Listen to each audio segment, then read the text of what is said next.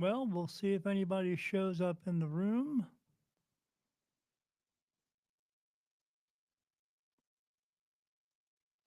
Don't know yet.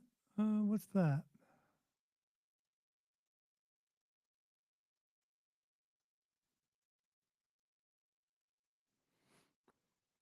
Well, we are finally live for first time in a long time. I decided to go live because, well, I kind of felt like I needed to. We haven't uh, we haven't brought ourselves to anyone in a long time. Hold on one second. We haven't been able to bring ourselves to anyone in a long time. Hi, Deborah. I hope you can hear me. Hey, Deb, let me know if you can hear me. Say something in the chat that says that you can hear me, because I just want to. You're the first person in here, as always, and so let me know if you can say if you can hear me. Say yes, I can hear you, or something like that in the chat. Um, that way I can know. Because I don't have my headphones on. We're not doing headphones tonight. I'm just doing this. Um, but if you can hear me, please let me know. Um, oh, that was my wife. Just put that in there. I didn't type that in there. Oh, good. You can hear me. Yay! Yay! Okay. Yeah, I decided that I just needed to do a live show tonight because I haven't done one in so long. I really do miss doing it. I miss being in touch with everybody. But ever since we started down this path of creating these shows or creating new video shows for this for the network thing, it has really cut me off from everybody. Now I know that I go into the I still do other shows all the time. I'm still doing that. I'm trying to keep busy with that. We are creating shows all the time. Terry's day of editing is tomorrow. Um, she's doing that tomorrow. She does it a couple of times a week. There was a time there where we kind of slowed down because we had enough material for the network. We're just waiting for them to go live. Um, the truth of the matter with that is that they had a crash of their system, and because of that system crash, well, then they couldn't move forward. So they had to get a new system going, a new server, and we're just waiting for that to happen to take place. kind of kind of in the dark as you are as well about this whole thing. One of the strange things for us was we weren't hearing from them. I was actually, oh, the shows I've been on are really good. Yeah, again, I'm still doing the best I can to pick the shows that I get on. Um, and the process of, I'll explain that a little bit.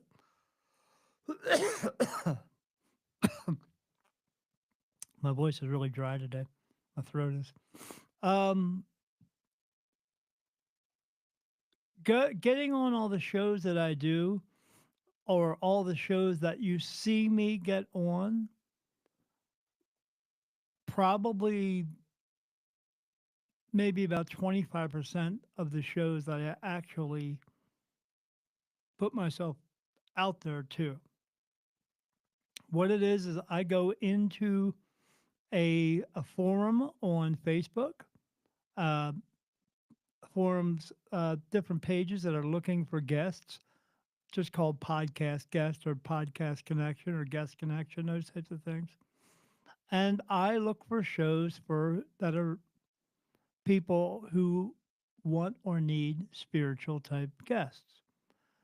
But again, I will look at them and then I will ask my guides, is this one that I should be on? If I get a no, I scroll on past. If I get a yes, I put in for my information. I have a little bio that I send them in either in that message, or I just show my one sheet in there. And then they either contact me or they don't. So I'd say out of every four that I put my name on, my information on, I get a message back from one. Some of the shows that I am on are really good. Some of them, they don't have a gazillion listeners. I'm not worried about that really. I'm not trying to find just shows that have, 1,000 or 1,500 or 2,500 listeners. I will go on any show that will allow me to talk because every listener that they have is a new listener to me.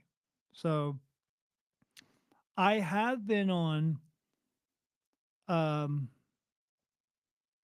a couple of shows that I I did a live show. Mm, when was it? Right before we signed with the network, and that live show went horribly wrong. uh,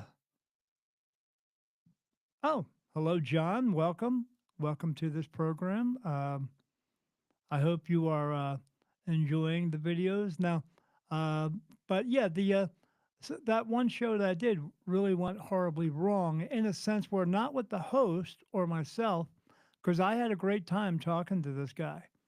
But he had one guy who unfortunately was attacking me in a very racist manner. Um, and so but I kept on the show. I stayed on it until it came to an end. Um, I'm not racist by any means. I see people. People are people to me. Um, yeah, I see that we are all sometimes different color or what have you, but I just see people. That's what I see. I see human beings. That's what we are. And we have to learn to get along. Everyone lives on the same planet. No one's going anywhere anytime soon. So we better start to get along with each other before we annihilate each other. That's my thought. That is what Spirit has brought to me. So I'm just trying to bring people together. That's what I'm doing here. That's what in the beginning, I was just doing readings for people and answering questions for people. Now I'm on a mission of trying to bring everyone together. And that's what I'm trying to do. As the new shows come out, when the new shows do come out, they will. Um, I'm on the similar type of mission, but my shows are based on a lot of things that are trying to bring you the truth of understanding what it's like to be spiritual. Um, to know that not everything out there you are told, even about this spiritual thing, not everything out there is real. There are a lot of unfortunate things that are told by a lot of practitioners out there because they only want you to come to them because they just want your money. And you know, I think that's horrible. Um, I am still involved in a show that we do up in Tucson. I still go there. I'm there once a month. Our next show is next Sunday on the 8th. Um, it's a good place to be. There's good energy there, and that's why we keep going. I really like the guy who puts it on, Richard Schickel, really good guy. Also a really good reader. Um, he's uh, he's become a good friend. Uh, there are other readers there. There are other people there who do different types of like Reiki and other types of healing. Um, I go around the room and I talk to the different readers, and we just kind of for a little while we'll talk shop. We'll talk about the type of things that we do, and so far, uh, I'd say probably 75% of the people there at that show have all come to me for a reading. Um, they understand, and I like helping them. But it's not just a one-way street there. They help me at the same time. We talk about things. We get along. It's great. There's always a great energy in that room.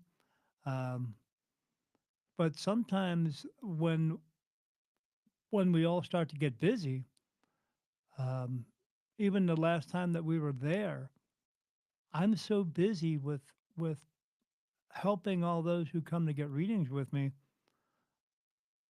I hear all this noise behind me because it's usually quiet in there. You just hear a bunch of people, but then the quiet would calm down, and I just hear all this noise, and the person sitting in front of me says, "Oh, I guess it's time to go." And I was like, "Oh no, we got a few minutes here." And I said, "No, it looks like everybody's packing up." And I'll go, "What?"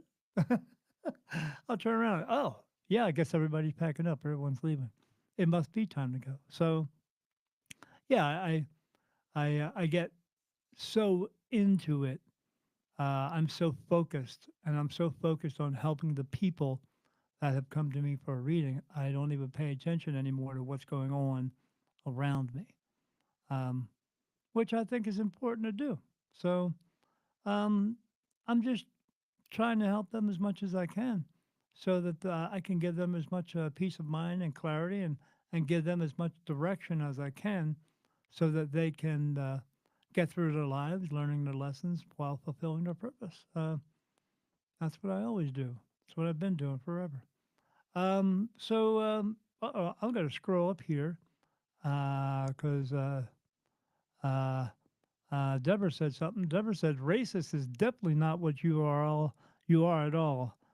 You do see all people and dead people too. I do see the dead people.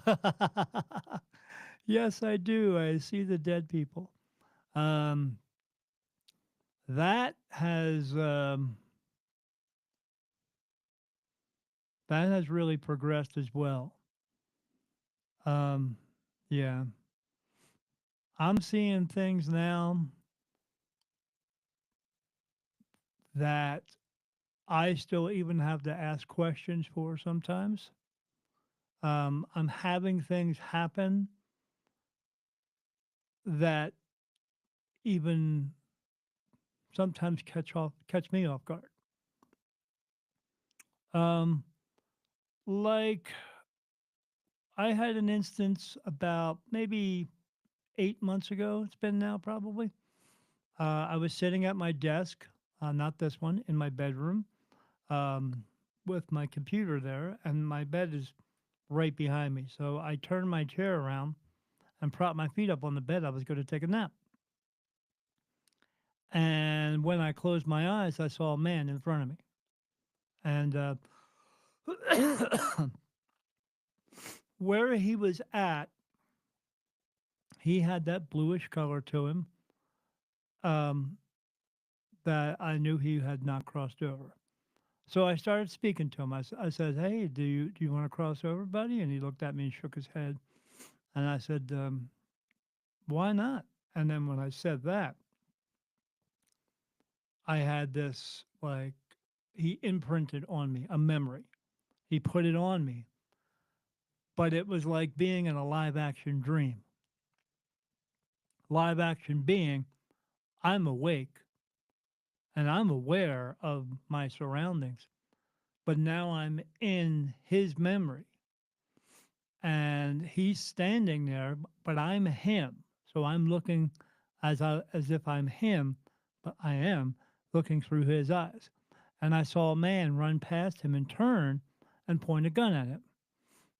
And next thing I see is his arm, which is now my arm, coming up and shooting that guy. The guy falls down dead. And I could feel a sense of relief, and but before that I felt as though I was shooting in self-defense. And then when he died, I felt a sense of relief. And then it came back out of me, and I was like, "What the heck?" And he was there, and I said, "Oh, so you feel you can't cross over because you killed somebody?" And he said, "Yes." I said, "Yeah, no, you can cross over if you want to. You were defending yourself, and there's nothing wrong with that. Uh, God doesn't judge you. You know, we judge ourselves 1,000 times a day. Why does he need to do it once more? Because he just doesn't." Um, so I said, you can cross over. And he said, "I just don't feel right about it. I don't think I can really go." I said, "No, you can go. I'm telling you." I said, you came to me."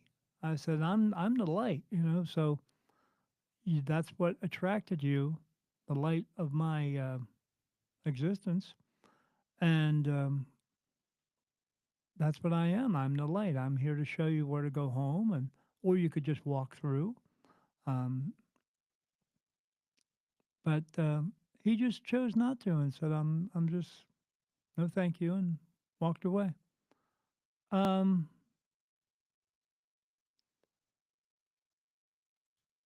that that bugged me. Um, but the other part that is hard is that imprint that he put on me. That imprint that he did put in me, on me, I can still see it within my mind now. I can, oh, let me read this. To be in service and not expect compensation is a rare thing. You are great. Okay. Thank you. I have been having a problem with people waiting to charge. So could you put that back up again? I couldn't read that.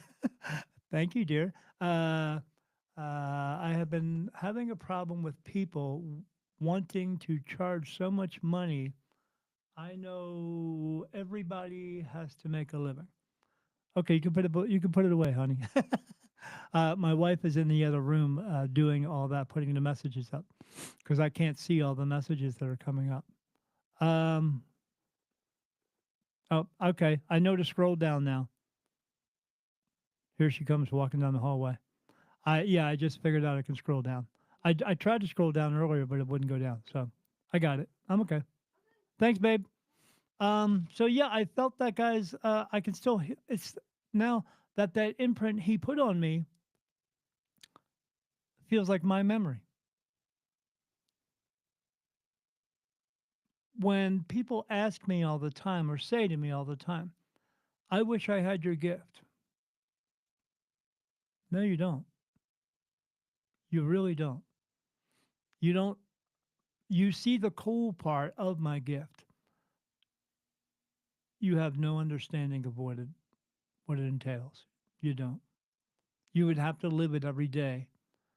And I can see why some mediums that I have met or have known have stopped because it's a lot. It's things that happen out of your control, just like life, but now it's other lives intervening in my life without my control. And I can't just walk away from them. Where they are, they just are.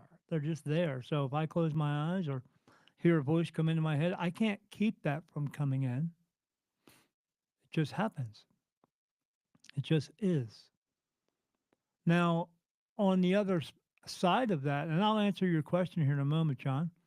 On the other side of that, again, I was in my room and I closed my eyes and I don't just see spirit. I also remote view. I don't have control over it. It just turns on. And I also see into other dimensions.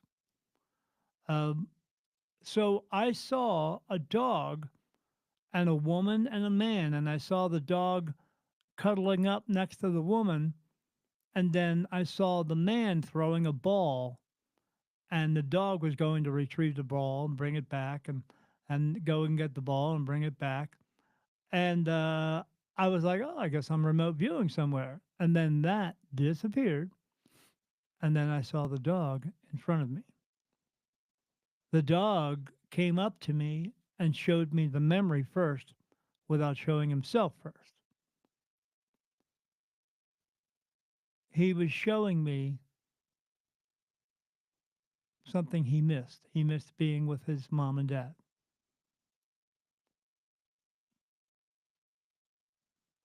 What do you say to that? The dog was in full color. He was not blue. This was a dog who had crossed over into heaven. Um, uh, that part that I just talked about will be in one of my videos that I'm doing, describing to let people know the fact that is true. There is no such thing as a rainbow bridge. There just isn't. They don't. That's a poem. They don't automatically just cross over into heaven. I see dogs and cats and horses and cows and fish and all kinds of other animals. I see horses walking around grazing. Why? Because that's what they did before they passed away. In heaven, they would know they wouldn't need to graze because you don't eat. In the lower energy place, they don't know that because no one's told them. So, and then, so the feeling I get from that brought me sadness. I was sad about it because that dog is now in heaven waiting for his mom and dad to come, to come home to heaven. The sad part about that is also the dog is waiting for them to die. But knowing that death is that, it's just that, it's just done. It's not this big deal that society wants you to believe it is, wants to make it out to be. They want you to fear it so much. But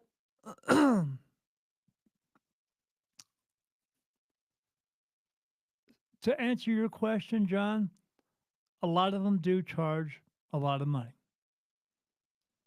When I go to this show in Tucson, some of them charge more money than I do. Some of them don't. I do a 20-minute reading, 40 bucks. Pretty simple. Um, Sometimes I do a 20-minute reading. Sometimes I don't. Sometimes they get 25 or 30 minutes because if there's no one booked next, some of the shows I've done have been slow. I'll just sit there and talk to them. Or once the reading's done, we'll just kind of chat a little bit between that person and my wife and I. So um, the last time I was there, uh, I was actually just finishing up a reading with someone, and a girl walked up, and I just she was here, standing here. It's my phone. I need to turn it off. And she was standing here, and and I just turned around, looked at her, and I said, "Hi, how are you?" She said, "I'm good." I said, "Can I help you?" And she said, I'm not sure." And I looked at her and I said, "Yeah, I can." And then I held her hand. I'm fine. I held her hand. I said, Can I hold your hand? And then as soon as I held her hand, I said, oh, I said, you're a medium, but you haven't moved forward with what you have. You're stuck and you don't know what to do with it yet. Um, and she just looked at me and was like, oh my God. She said, I didn't even say anything to you and just, you got that. I said, well, yeah, of course I got that. I said, I'm the fucking medium. And why wouldn't I get it? I said, have you gone to any of these others over there yet? And she just looked at me. I said, because not everybody, the owner, Richard, will send people to me to confirm for people.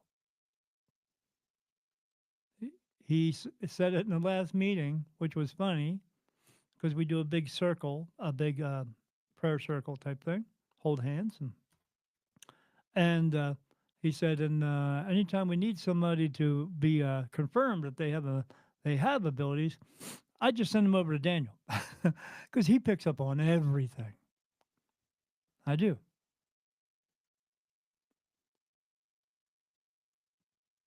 Again, think about having this ability and picking up on everything all the time, not just the cool parts, everything,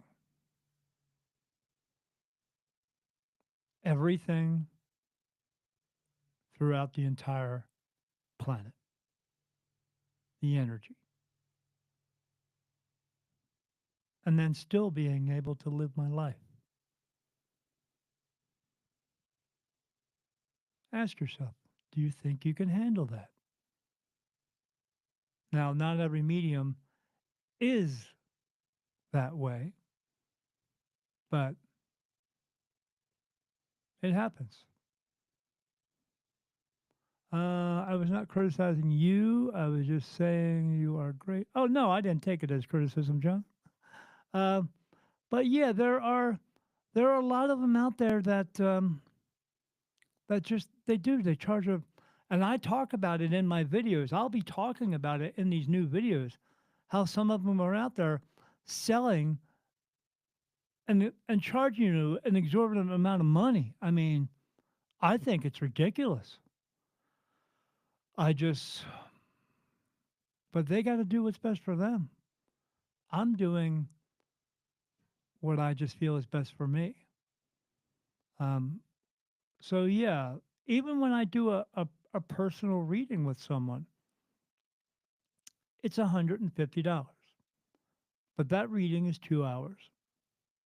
It's it's sometimes longer.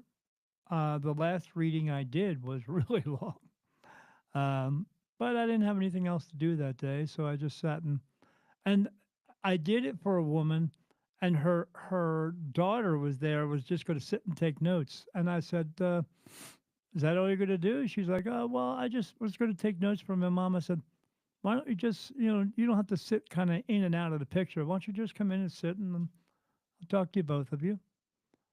I didn't charge them any more than that, and we ended up talking for like 4 hours. So again, time just flies by. Um, but I got them as much information as I could. Now they still do contact me all the time. They'll send me a message on my messenger on Facebook and ask a question about something. Um, uh, the one woman, the mother Kathleen, she sent me a message just yesterday, and then um, so did her daughter. So yeah, 2 hours or more. Yeah, geez, no kidding, right, Dad? Uh, so that's what I just do. I try to help them no matter what. Um, but yeah, that girl who sat down with me at the show, I sat and talked to her for about a half hour, 45, probably about 45 minutes. You know what I charged her? Nothing. I just wanted to help her. She needed it. She needed to know where to go and what to do. She needed it. She was not even at the point of a crossroads. She just didn't know what to do. So I helped her. I helped her to know what she needed to do.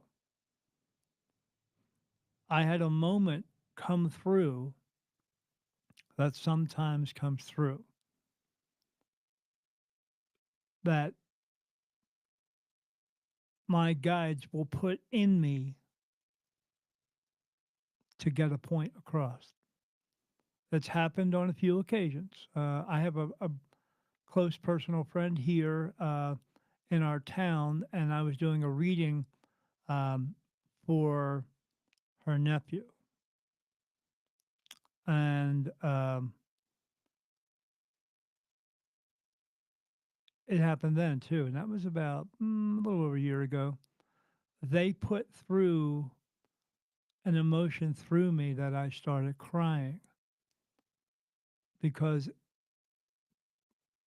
when I do that, when that comes through, again, I'm not making it happen. It's them putting it in me for it to happen to really get a point across. If it's me trying to get that information to them and this emotion of like almost a sadness coming through, they get it. And then it immediately just says turns right back off. It's like, when we would see kids crying and they're faking crying and then they stop. It's like that. But I have no control of when it's going to come through. It just does. Um, so it's, uh, it's a lot.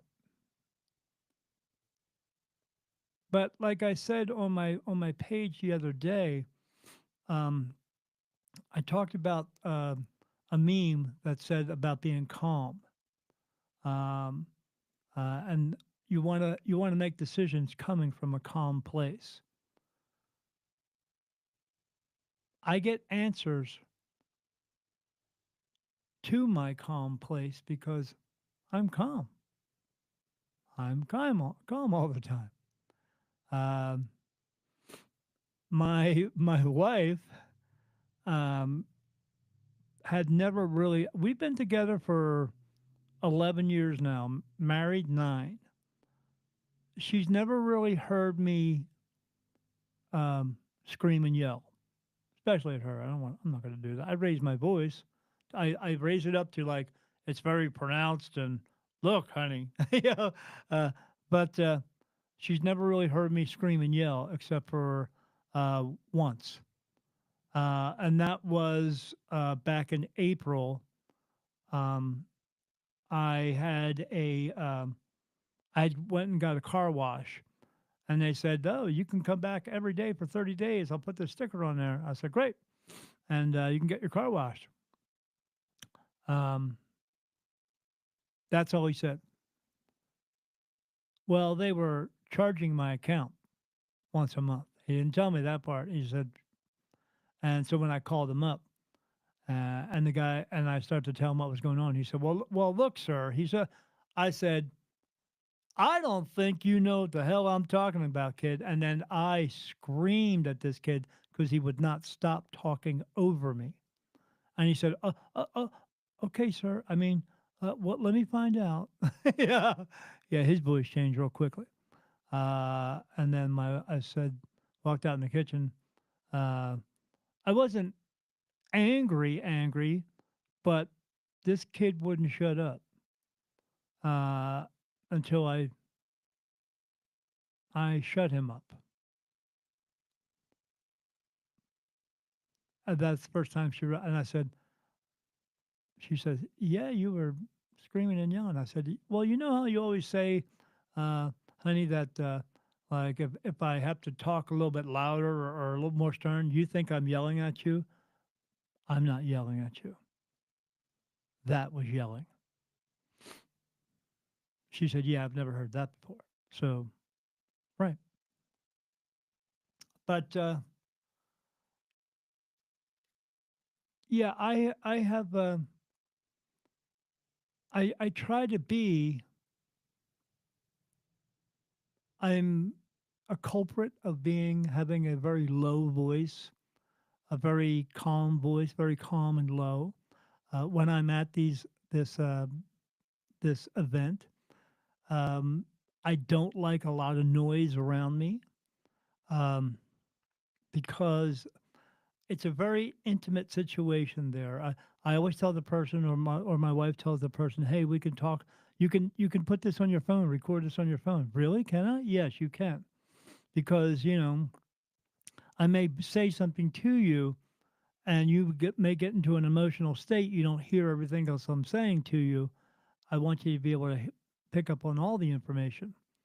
So I let them record that on their phone. I tell them to put it on camera, put it on video, hit record. They're not videotaping me, but they're just getting the sound from it. But I have a very low voice, and that's hard to do sometimes when you're in a room full of people who are also trying to get something from another practitioner in the room, or there's um, other distractions. We were in one room once before, and it was a room where they had a lot of weddings, and oh my god, the guy had um, a disco ball, and he had laser lights, and the laser lights were hitting the disco ball, and I had to move my chair around a lot because the lights were flashing off the disco ball and hitting me in the eyes. Uh, yeah, kind of kind of disruptive. Um, yeah, or the place of which I want to happen gets very busy, but then everybody's talking and walking around and walking past, and there I'm in the middle of doing a reading with someone, and there's 4 or 5 people standing in front of my table. So what's he do? Oh, really? And what's he do? And blah blah blah blah blah blah blah blah blah blah. And it starts to sound like uh, from the peanut gallery. Womp womp womp womp womp womp womp womp womp womp womp womp. It's like, but it's all around you, and it's like, I'm trying to do a reading over here, and you want them that you want to tell them, hey, you want to get your reading right, yeah. Could you be a little bit less quiet? Can you be quiet and be more respectful so I can give this person the time they are paying for?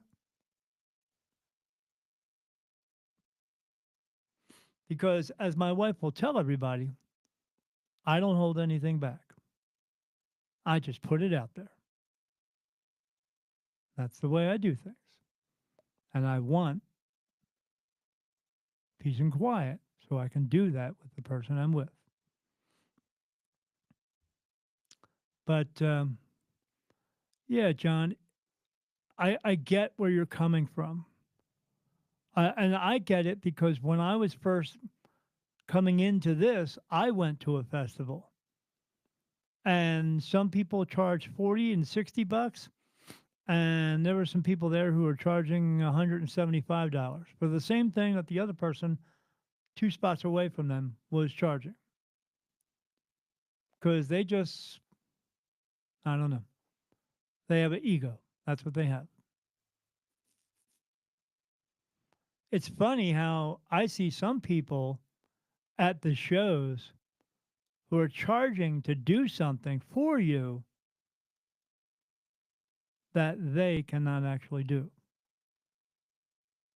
They just they are themselves not knowledgeable enough to know,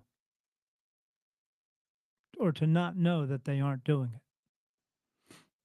I don't want to tell them in that manner. Sometimes I will tell them in a way where, you can wave all the sage around that you want, you can burn all the cedar sticks and sage you want, but that is a physical item. That's physical smoke that does not transpose into a non-physical realm. You can't make a negative energy go away by burning a physical item here and make that negative energy go away.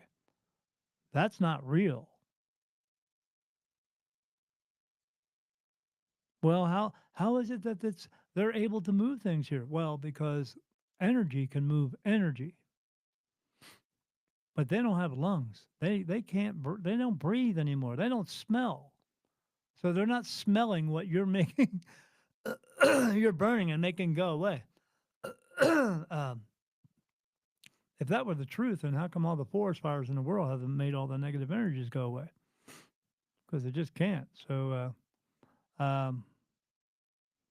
but let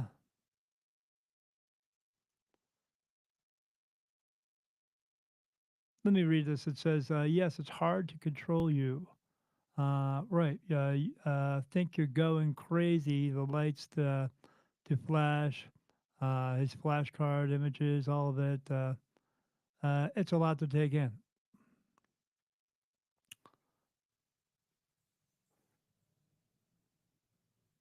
It's way more than that. Way more. Um,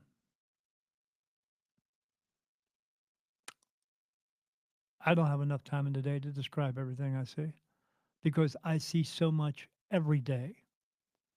We'd have to sit and talk for 2 or 3 hours every day for me to describe to you or anyone else what I saw that particular day and the day after that and the day after that and the day after that and so on and so on and so on and so on. I don't just see things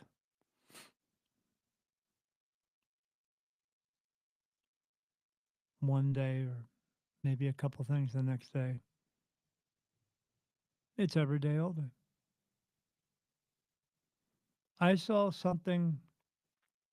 I'm asking my guys if I should tell you this. uh,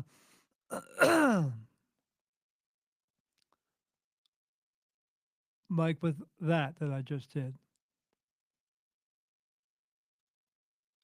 I'm to the point now where when I just said to you, I just saw something. Now, as I'm saying that, as I'm saying, I just saw something, I'm thinking in my mind, talking. I'm not just thinking it, I'm talking to them. So I said, I just saw something. And as I'm saying that, I'm saying in my mind, should I tell them? And then they touch me on my face for yes.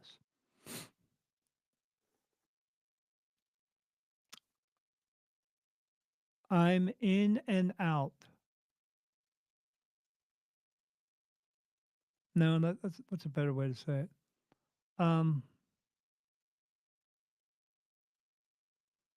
I am in the physical realm while at the same time in the non-physical realm. So I just had two conversations going on at the same time. I'm talking to you and talking to them at the same time, fluently. In I'm in fluid time. Time is not doesn't stand still. Just goes. Just is. There is no real time. You just are here in your body. That's all. You go until you in your body till you don't go, and then you get out of your body and just keep going. But I'm in spiritual time and physical time at the same time. I can have two conversations at once. One physically with people while talking to spirit at the same time, and they are talking to me at the same time, and I hear it even though I'm talking with someone, and I get the whole thing. So I was get to the story. I was sitting with my wife watching TV. Uh, it's nothing like that, John. Nothing. It's having someone talk in your mind and touch you at the same time and talking at the same time. it's just hard to describe. Um, so I the part of the story I wanted to tell was I was sitting at the TV watching. Does time go faster in those times? Absolutely, absolutely. Yeah, it goes faster in that sense of getting the information because it just comes so quickly. But um, in a sense of our time, like here, much, much slower. They blink an eye there, and 10 years goes by. See what I mean? So, but anyway, I um, I was sitting there watching TV with my wife. Now, because the energy from the TV that it produces is all around me now, especially if I'm staring at the TV. Sometimes I close my eyes and I see into that realm much more clearer because it's even though it's daytime than I would regularly in the daytime. I can close my eyes and see spirit in front of me. Hold on one second. I clear my throat. I close my eyes and I can see into that realm, but I can only see just a couple right here in front of me, type of thing. But at nighttime, I focus in and I see gazillions of souls. Sometimes I'll see them in a small group. Sometimes I see them, it looks like a parade, and I see the parade that looks like it's coming from 20 miles away, snaking down like a road, and then they all walk past me. Um, Gazillions. And they just keep coming and coming and coming and going and going and going. This one particular time, we were watching TV. I closed my eyes and I saw something really strange. Now, I've seen this before, but I didn't put this out there. I didn't put it out there because,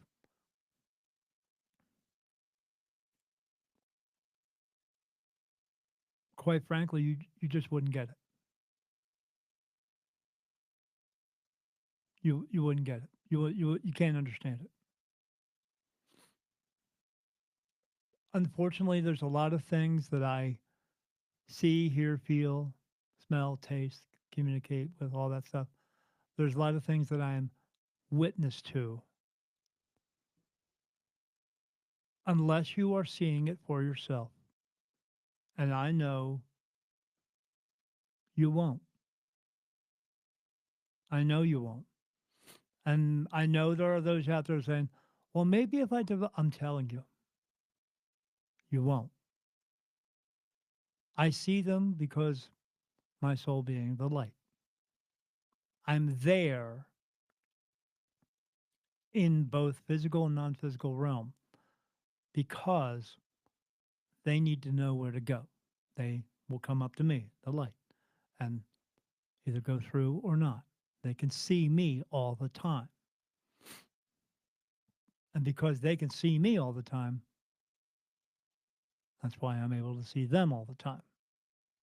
All the time. I don't have to go, that's stupid stuff. I can see them anytime that I want. See them just walk in front of me and walk past me. Last night I was at my in my bedroom and I just saw this energy coming down the hallway, and I saw a tail. One of our cats, one of our cats that just passed away, Peaches. Saw him walk past back and forth, and saw an energy coming past the door all the time. A couple of nights before that, I was taking my shoes off, and when I looked up, I saw right there in the hallway, right in front of me, 2 feet away, a pair of legs, and they had on a pair of jeans and work boots. And I saw it for enough to get everything that I saw. I could saw the shoelaces were kind of undone. They were brown boots, dark brown boots. He had on dark jeans, like dark blue, black jeans. Um, and then it just went away. And then I just peeked myself through the door, and there was no one standing there, but I saw from the knees down. Um, so yeah,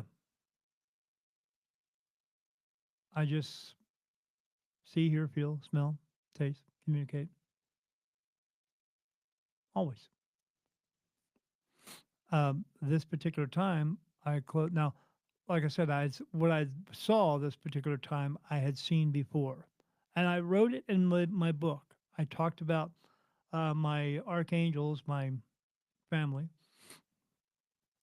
wanting me to go to the deeper, darker realm of the low energy part of the earthbound. We call it earthbound, but it's not. It's just a low energy place because a lot of things I see there are not from Earth by any means. And the beings that I talked about, I don't know if I described them. Can't remember. I can't remember a lot of stuff in my book because they are more a part of me now than I am a part of me. Um, I'll have to read it again. Anyway, and I'm in the middle of writing book number two. Um, these beings that I saw, I didn't just see beings. I saw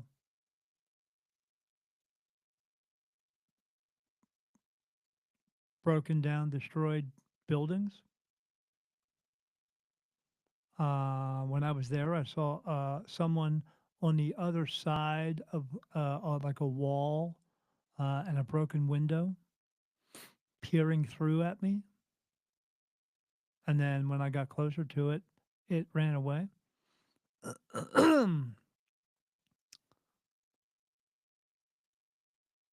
But how do you explain a structure that is in a non-structured place? It is energy that is, again, energy can create, can do things with energy. A person walking around in spirit, I see them a lot, they have clothes on. They create that for themselves. This is what they're able to do that. It's beyond our comprehension. I understand it. I know how they're doing it, but I can't explain it to you.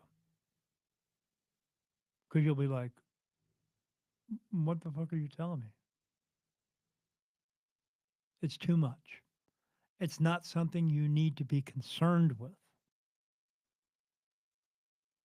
My concern is getting you to learn your lessons and to fulfill your purpose, to go home, letting go of all the other bullshit that's in the world. That's what my concern is. Not explaining every fine detail of what's going on in that spiritual realm. You'll experience it for yourself when you die. Hopefully, you won't go to that low energy place because it's hard. It's like prison, you know? It's easy to get into prison, it's hard to get out. It's hard to get out of the system. That place, it's hard to get out because you have gazillions of them there telling you, don't go, don't go, don't go. You can stay here, you'll be fine. No. So, on this particular time, I was watching TV. I closed my eyes because I was getting a little sleepy. But because after I eat a meal, I get sleepy. I was taking a nap before I got on here. My wife and I ate some spaghetti and meatballs. I just eat meatballs. I love the balls of meat. I don't mess with the spaghetti anymore. Too much pasta. Um, so I closed my eyes and I saw three people in front of me, two men and a woman. I saw a man standing here. He had his arm around a woman and another guy standing next to him over here. And they were looking at me through what looks like a broken fence, a wooden fence. I could see them through it, like there was a like the wood wasn't together, it was broken though, so kind of cracked, and there was a space there, and I could see. and I could see them looking through it.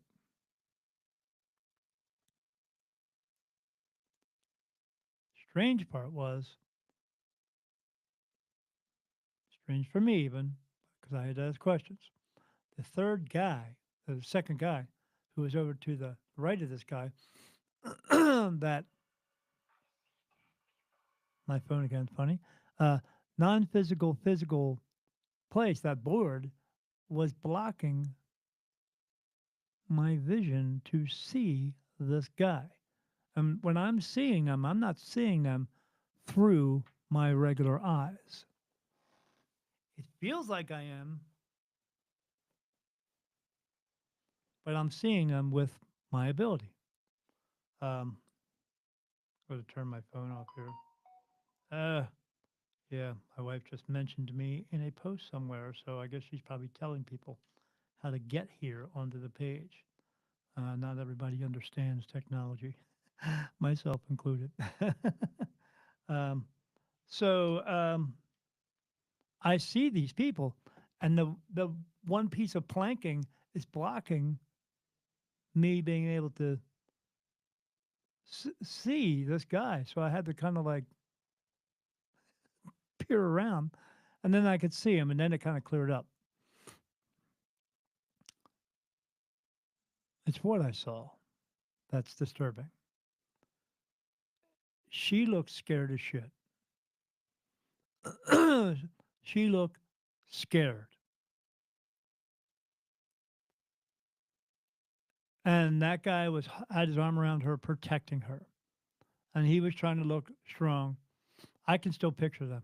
Um, he had long brown hair. He had a goatee, but it was brown. They were young. They were not old by any means. I mean, they were probably in their 30s. Um, I'm being told yes, they were in their 30s. All three of them dead and gone, but alive because you're still alive. Uh, and this place looked like um, what's that movie with Kurt Russell, Escape from New York? That's what it looked like. Because when I kind of panned back from it, because I can do that, I can just kind of. It's weird. I'm using my eyes, but not using my eyes. But I am using. It's for again. If I try to explain everything, just it's gonna be hard. So, but I could see the city. It looked like it was in shambles.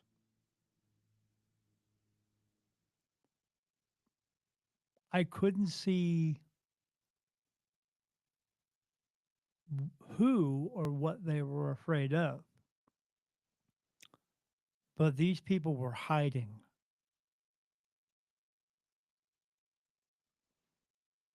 I see beings there, the bad ones, because they glow red. Um,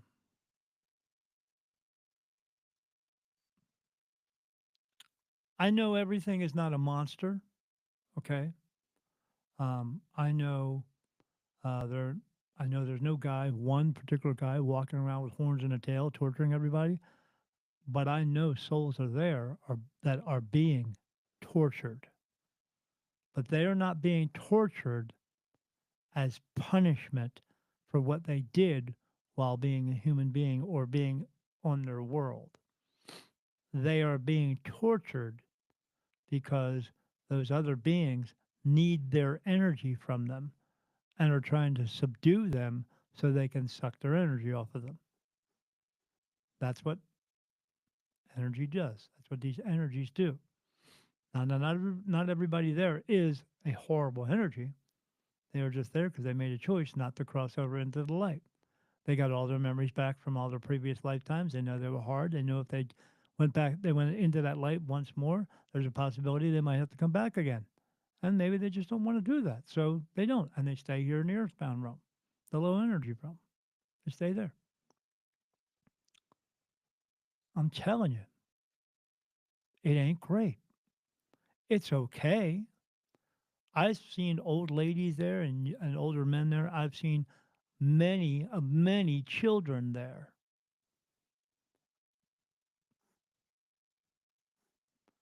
They made a choice. They even the children know they're at that moment still a child, but they have lots of memories from their previous lifetimes, all of their memories. Um,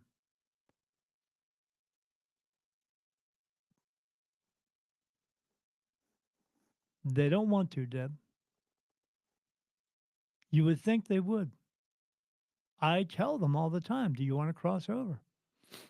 Those three that I saw, I said, "Do you want to cross over?"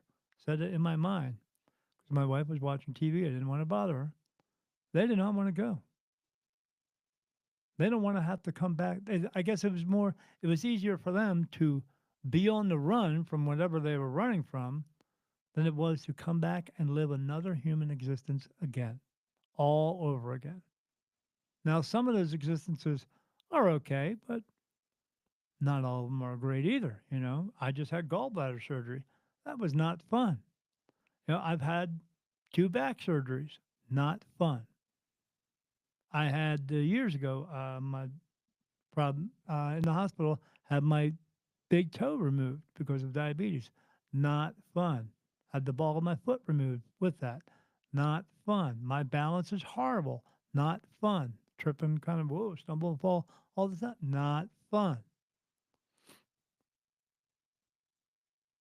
But I love my life. I enjoy a lot of things that I get to do. One of those things I get to do is help people figure their lives out and get messages for them. I love what I do now.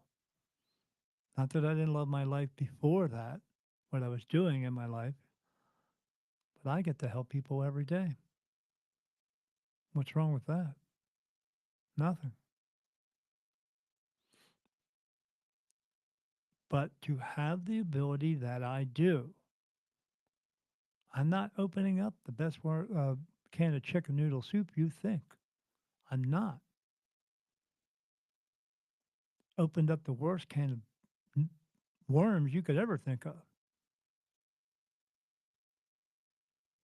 It's for the average person, it's unimaginable.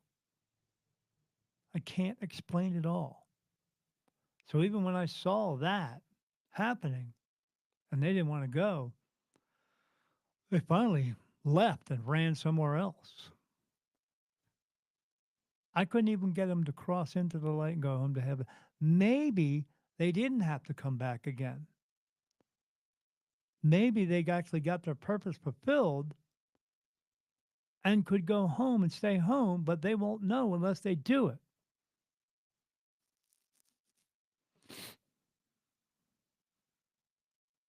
Spoiler alert, I just asked in my mind, you saw me just do this? I just asked in my mind, did any of them fulfill their purpose? I'll let you take a guess at that. I already know.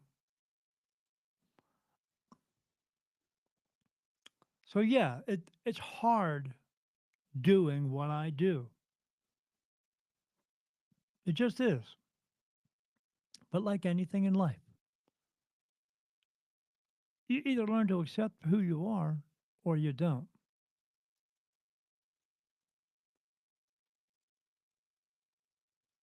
I just accepted it.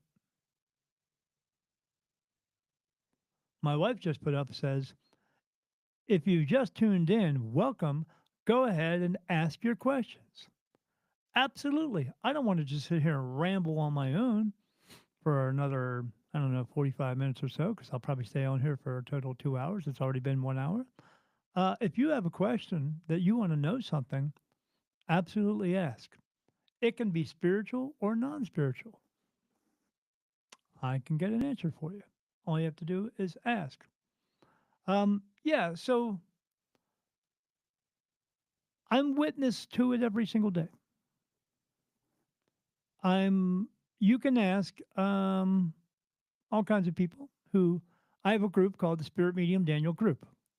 You can't miss it. You go on Facebook and you just put in Spirit Medium Daniel Group, big G as well, capital J, big G. uh, and you can join that group. Um, I will say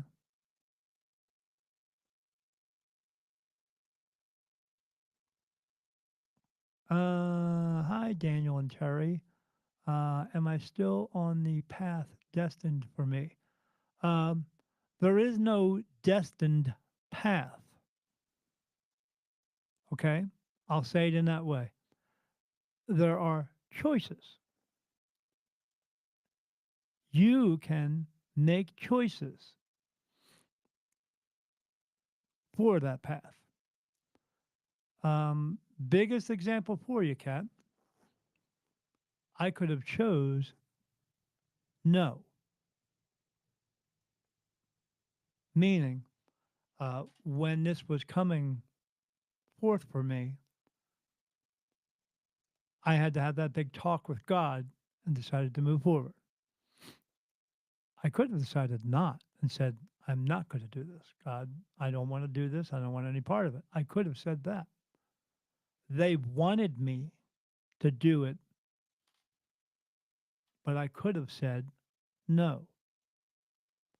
Now, during that process of me learning to develop this while I was with that group of women, um, my friend Lana and her daughter Miriam and a couple of the others, I was having we were channeling a lot because I found out I could channel, and they would come through and say, "Well, you have this one of the archangels or even God came through."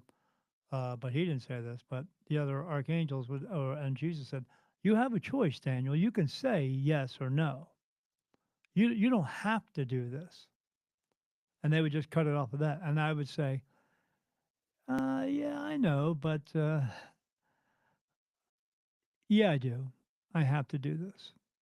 You and I said, "You know, I'm going to do this. I'm going to do this because I feel inside of me that I have to do it." And then they would say back to me, "Yeah, we know," and then they'd laugh. It was fun. I'd say, "You're laughing." They say, "Yeah, well, we like a good joke." They knew I was going to do it, but they were giving me the option. You always have options. You do.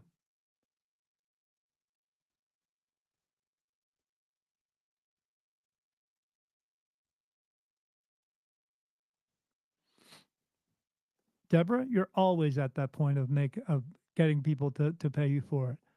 You just have to tell them it costs. That's it. Once you open up a business and start bringing people in the very beginning, um, I wasn't charging anybody either for 6 months. And then they would call me in the middle of the night, 2 or 3 o'clock in the morning. I got a question for you. And I said, well, I got a question for you. What time is it for you? Because I have to get up and go to work in about 3 hours. Oh, I'm sorry. Yeah. Okay. But yeah, charge. It's okay. Um, but I don't charge a lot of money. Everybody knows that. So yeah, so I, Kat, I could have said no. I could have said, no, I don't want to do this anymore. I could have said that, but I felt it inside of me. But the reason I felt it inside of me is because they were putting those emotions inside of me. That is something I will now tell you about. Every emotion that I have inside of me, every thought that I have inside of me, everything that's coming out of my mouth right now at this very moment is pre brought to me, pre planned. It's like being a human robot. Take me to your leader. That's coming from somebody else, and they're doing that. That's what's me. I just found that out a couple of months ago, about 4 or 5 months ago.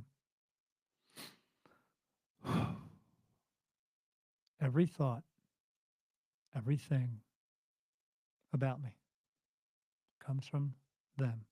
And it has my entire life, but it has every one of my entire lives.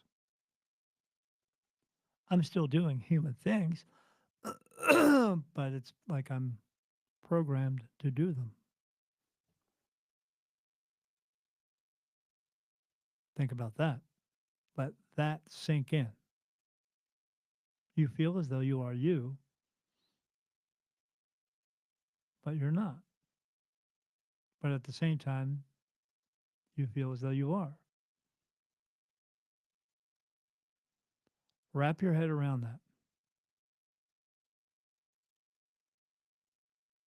and think about what it's like to be me.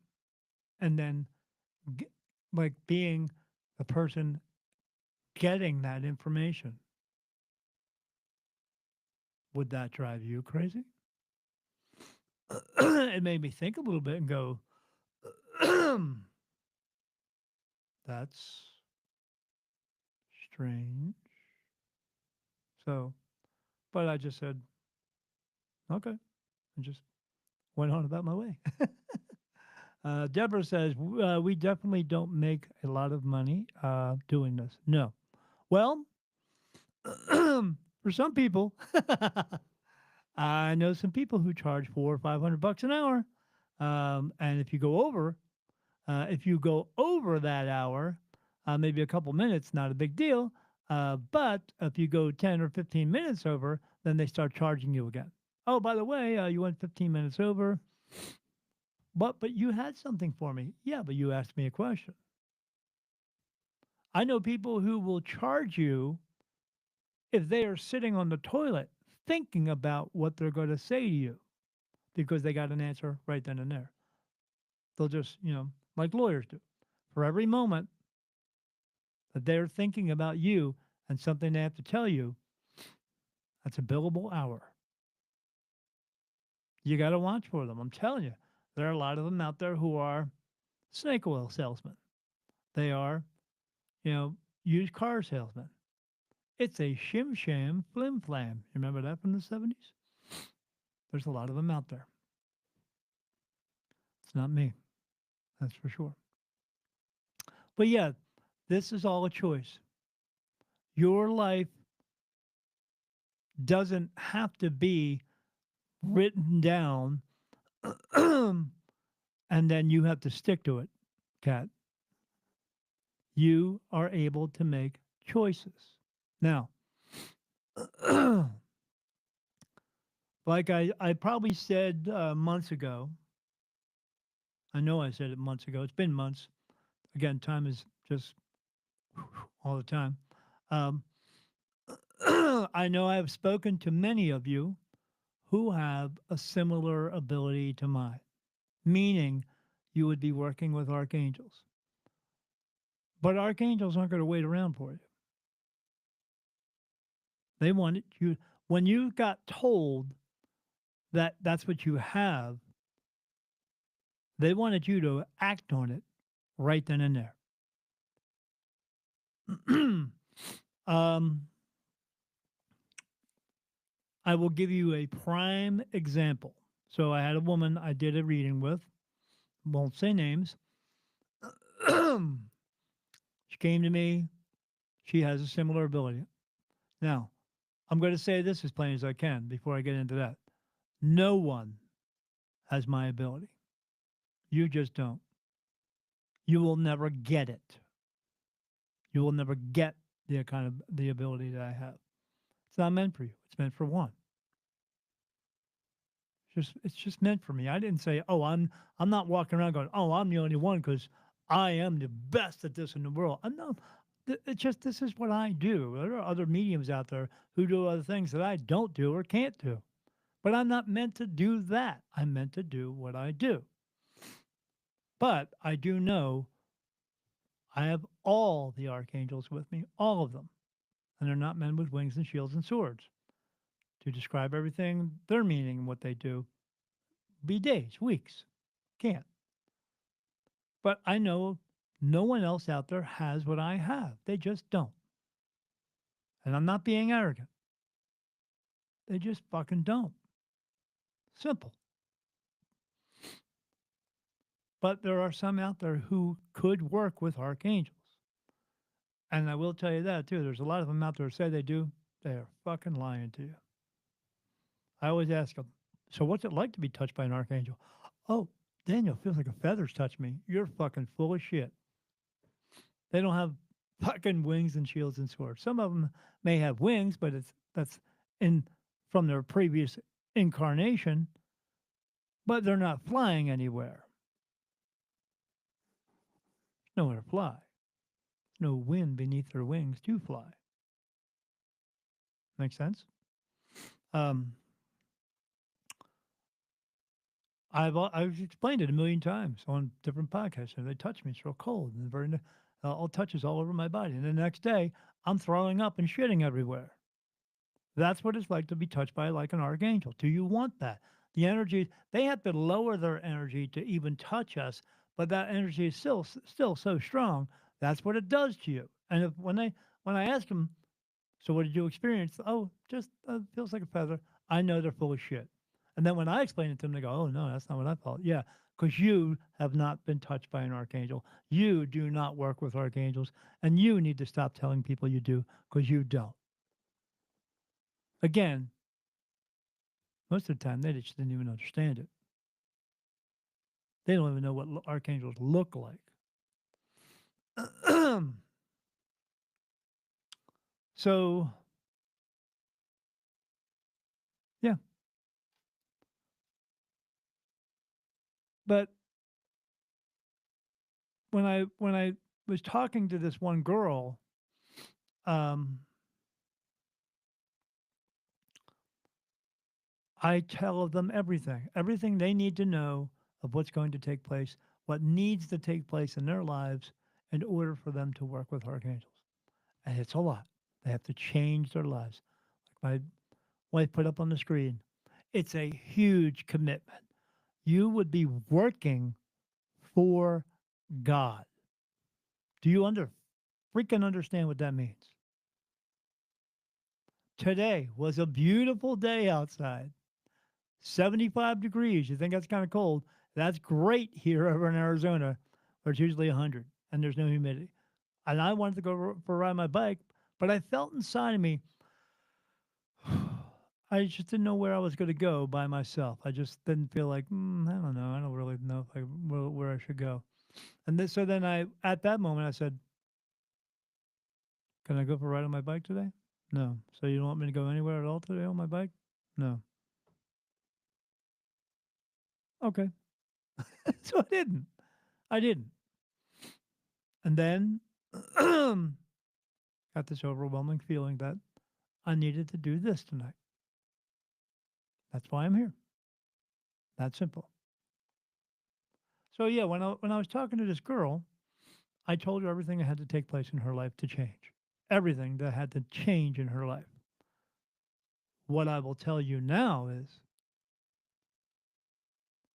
before I even have that conversation with you, I know whether or not you will.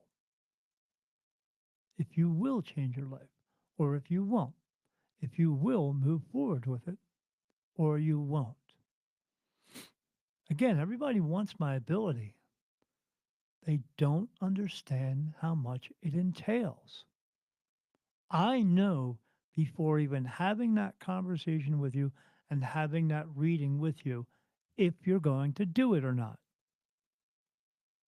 I know because they tell me, but I still have to give you the opportunity to make the choice. So I gave her everything. We talked for about 3 hours. And then she said the one thing that made the difference. She said, I guess I'm going to have a conversation with my husband to decide. No, not up to your husband. It's not up to your kids. It's not up to your family. It is you that have to make the decision for you. Your husband married you because he loves you and he accepts you for who you are. Well, with this, you have to accept you for who you are and hope they will accept you too. But if they don't, you're still going to be this, or you choose not to. She was already not sure, and that's why she had to talk to her husband. God wants you to be sure. He wants you to be sure. What's this guy say? I love that you make me laugh, and I thank God that you said yes. I can't wait for your next book. I can't wait for it next either. It's tough writing a book. Ain't easy. So you have to be sure. You have to be absolutely sure you're going to do this. I walked into that room to go talk to God and just said yes. I didn't ask for my wife's permission. You can ask her, she'll put it up on the screen. Honey, did I ask your permission today to say that?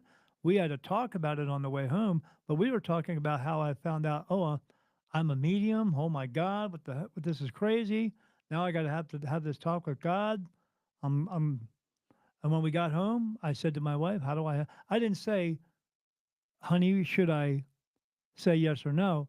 I just said, honey, how do I have a talk with God? She said, as she always does, puts everything into perspective for me. You just have a talk with him like you do any other time. And I said, okay. But I didn't get her permission for this.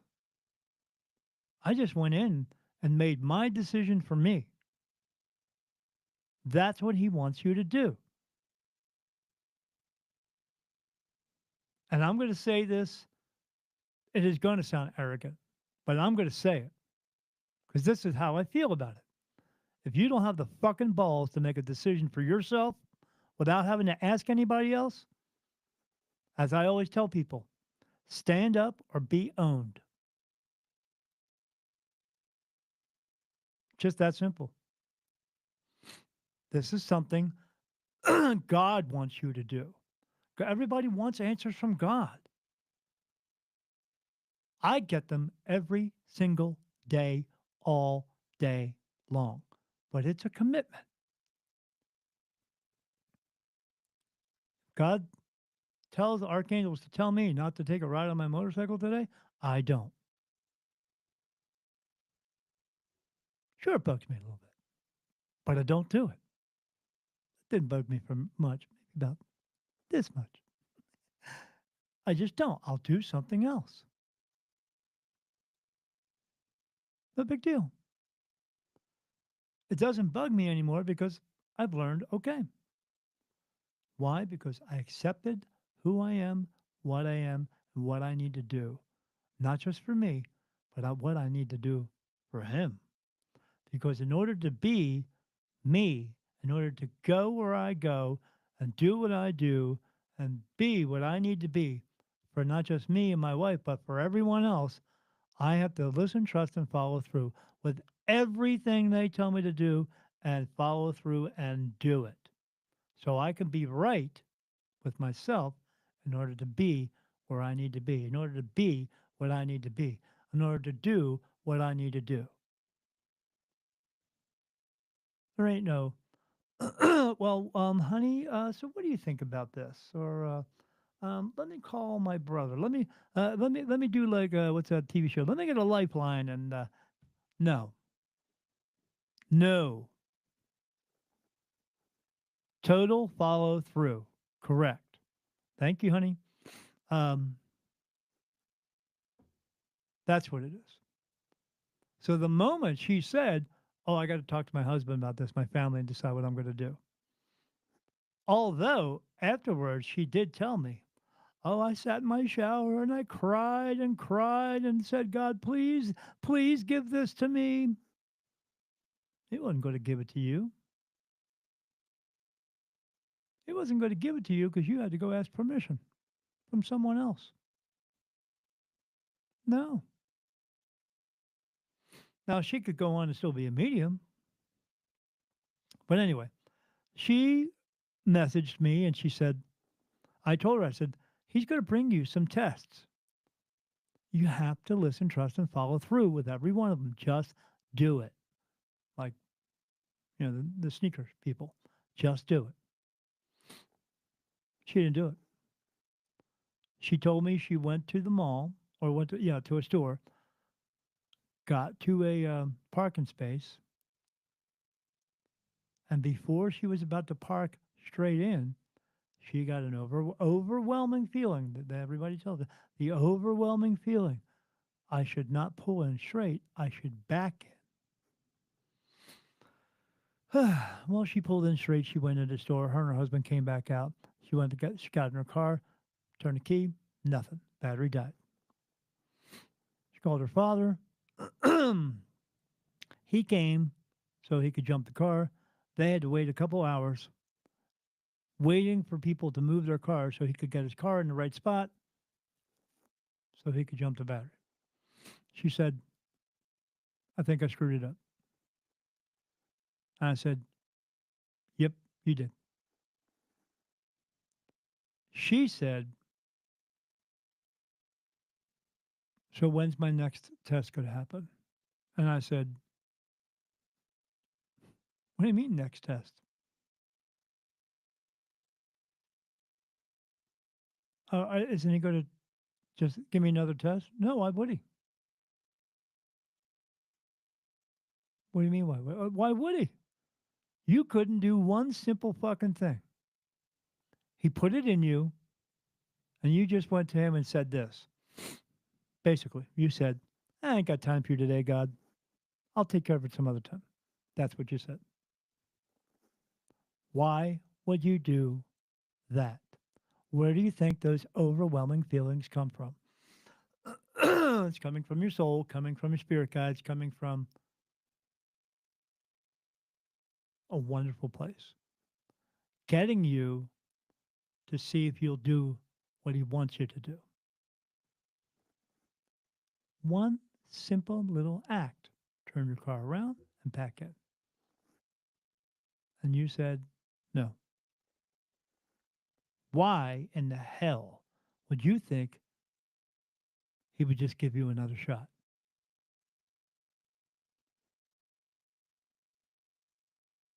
No. He wants you to trust him completely, to listen to him, to trust him, and to follow through completely. Not just once, but everything all the time. My wife is so good. Look, she said, listen, trust, and follow through. That's what it is. That's what he wants you to do every single freaking time. And without a oh man, I hope I'm doing the right thing, or I don't know if I should be doing this, or I'm not quite sure. No, I don't have any of that.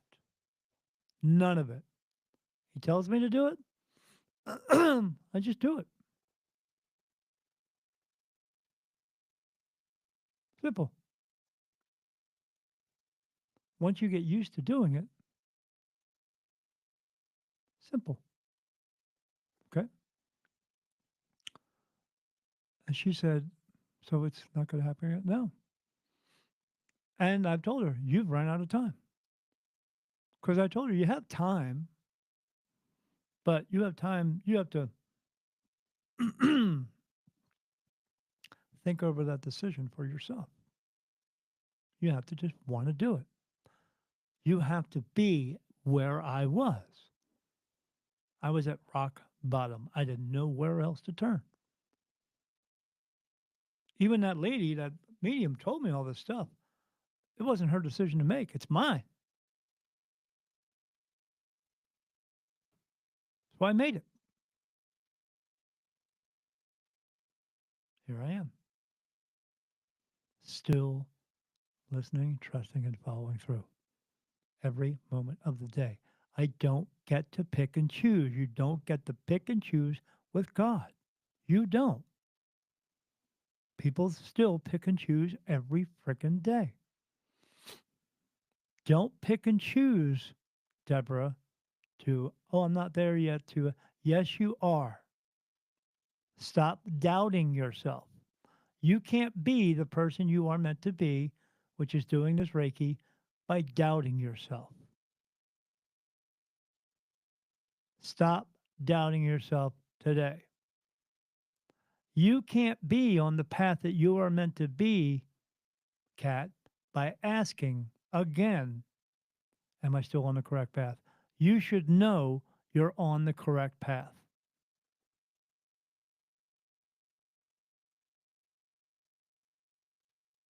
How many years has it been?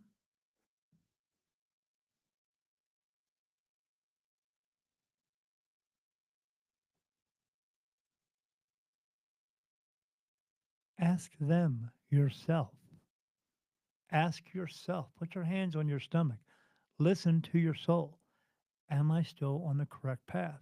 And if you feel good about it, then you're okay. If you don't feel good about it, change it. You have the power to do it.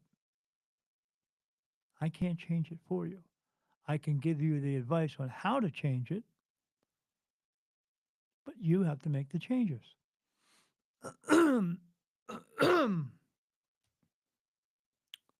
Pretty simple. I know I'm being very stern. God is very loving, but in the same sense, He's stern with that loving. He wants you to do it. Now, He gives you free will, but He wants you to make a decision and follow through with it. He doesn't want you to sit there and, what's that word? Ponder everything for forever. I call it being indecisive. I do lots of readings for people when I'm at these shows, and a lot of them, first thing I see is a spirit animal in front of me showing me what that person is doing, and a lot of them are indecisive. They can't get out of their own way. Then I have to point it out to them, and they go, "Yeah, you're exactly right. Yeah, I know I'm fucking right. What are you going to do about it?" Well, I don't know. Well, that's you being indecisive, right again, right in front of me again. Just say, "Okay, I'll make a change." I've had people do that. And as soon as they said it, as they're saying it, I'm getting touched yes, knowing they're going to make a change. And there are some people who walk away who still don't get it.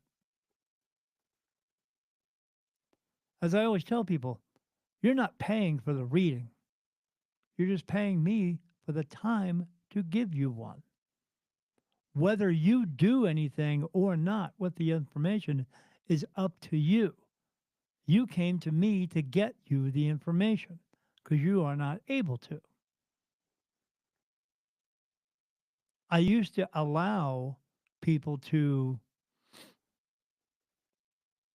get refunds because they just weren't getting out of it. But I don't do that anymore. You came to me, so now this is what this is a perfect example for you, for Deborah. It takes time and effort for you to get ready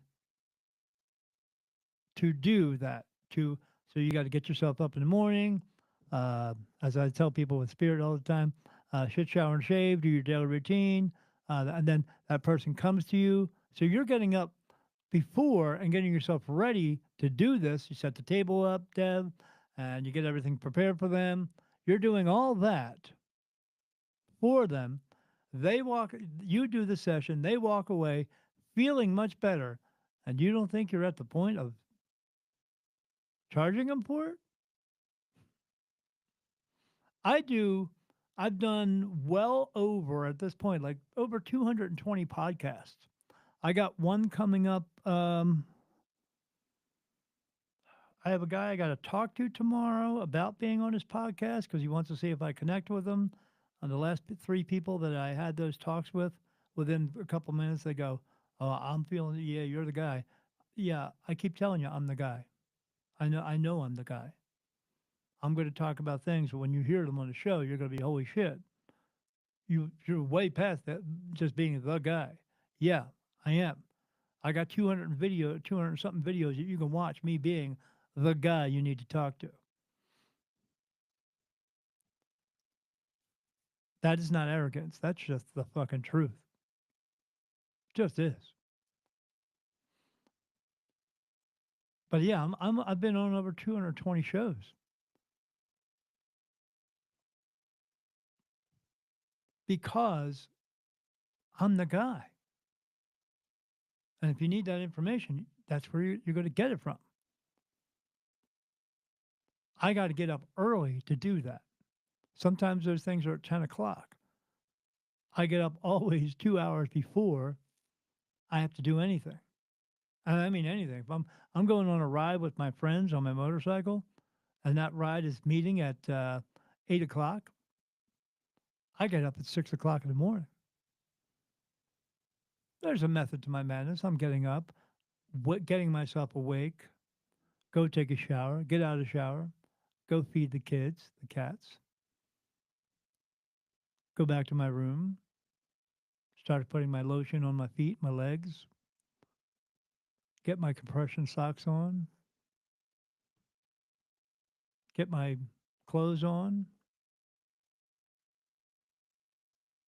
get my if I'm going out this time of year, it's 75, but by the time I get moving, that time in the morning, it's about 60. Uh, put my warmy clothes on, go out, make sure my bike's okay. Of course, make sure it's cleaned up because I got to look cool. I'm already cool. And then get on my bike and meet at the place. We sit and talk for 15 minutes, and then we get on our bikes and go. So there's preparation time. When I do these podcasts, I got to prep for that. And then when I get on them, sometimes the person always thinks, "Oh, I'm going to be talking to you." Well, we'll be talking for about a half hour, 45 minutes. Yeah, 2 hours later, and they're still talking. They ask me, "Oh my God, I got so many more questions, but I don't have any more time to do this today. But can I have you come back on again and do this again?" Sure, you can. Just let me know. We'll put something together. Yeah, that's a lot of preparation time. It's a lot of preparation time. It's like when I was in a rock band playing the drums, with my big hair and zebra striped spandex. Uh, People just see the band show up. They just see the band's there. Oh wow, the band's here. Cool. They didn't see, I had to get off work a certain time, and then I had to go over, get showered, get shaved, all that stuff, get ready, just put on regular clothes, uh, get all my gear packed up, go over to the bass player's house, get all the gear packed up. We'd leave together, or I'd leave on my own, and he's got to take a shower still. And then I get there, and I'm always there first, setting up my drum set, get it all set up, and then he shows up, and then the other guys show up, and then we start bringing all the gear in, um, and then we set it all up, and then no, the band didn't just appear out of magic. We also practiced hours upon end, week after week, day after day, learning all the material, playing it to perfection because people want to hear perfection. I was a perfectionist when it came to that. So, plus learning my craft on how to play drums and not just playing drums. I'm not just sitting there, boom, ba, boom, ba. I'm sitting there. My wife just got to watch a video of me a couple months ago. A friend of mine I was in a band with had a video of our performance. He put it on DVD, and my wife will attest to this that she watched my performance for 45 minutes there as I played songs. And I'm not just playing the song; I'm throwing the sticks up in the air and catching them, and twirling my sticks and doing that while playing the song at the same time, like Tommy Lee used to do in Motley Crue, that type of thing. I'm doing that same thing, and yeah, and by the end of it, she turns around. She said, "I don't know anything about drums, but you were awesome." And I was just like, eh, "Yeah, I was pretty good. I enjoyed myself." But it's a lot of preparation. Doing what I do is a lot of preparation. Terry and I go to this show in Tucson. We got to be there at 9 o'clock. We got to leave at 7 o'clock. I'm up to get ready at 5 o'clock.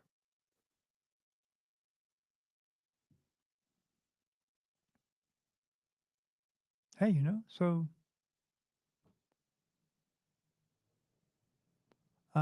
no, I did not hear about Johnny. I talked to Johnny right before I moved, Vince.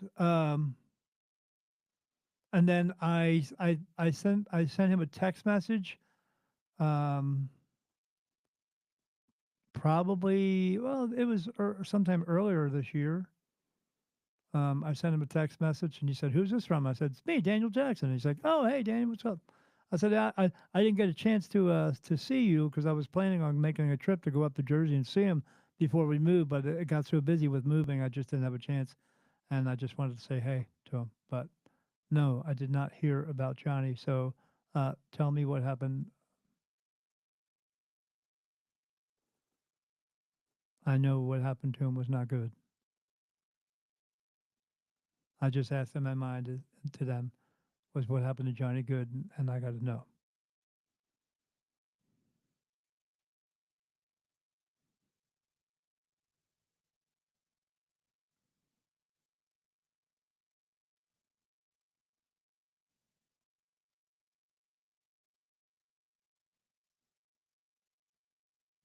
You're about to tell me he didn't make it.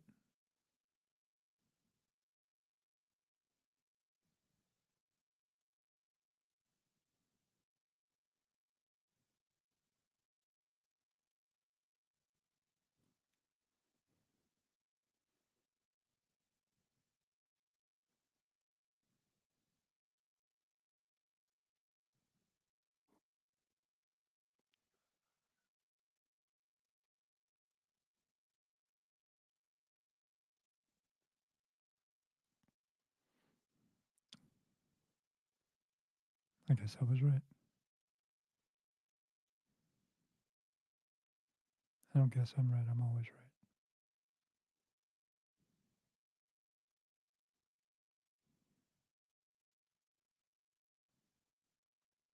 I'm sorry to hear that, Vince. When I was growing up as a kid, I was about, I don't know, I was pretty young when I met Johnny. Shoot, I think I was like 12 or 13, something like that.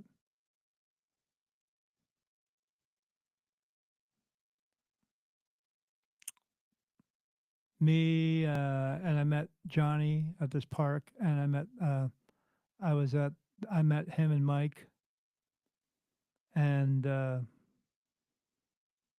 me and just Johnny hung out and hung out and hung out, and Johnny was my best friend.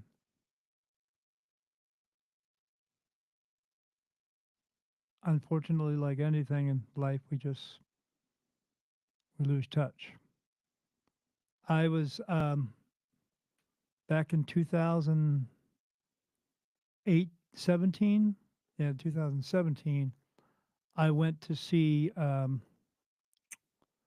Giuliano brothers. They were down in Delaware, and I'd seen them a couple times. And then uh, I asked Greg, "Hey, you don't happen to have Johnny's number, do you?" And then I called. Finally, got a hold of Johnny and called him, and I asked him online. Actually, it was online. Hey, you don't have Johnny's number. He gave me Johnny's number, and then I called him, and we talked for a while, a good couple hours, and it was good to catch up. Um,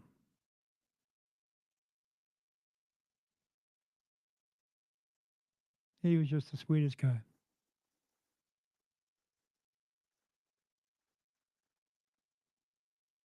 and he was a a great friend. I have so many memories of hanging out with him and Mike and all you guys. Yeah, that will always be a good part in my heart, in my soul. And I know you've been coming in here for quite a few years and watching me do this too as well. And yeah, I won't ever be back on the East Coast again. Just not my place to be anymore. Um, as I've done a video before, and I think I did a video for this one, new show. I will say it in a way um, that everyone says it, but I mean it a lot more. I'm sorry for your loss.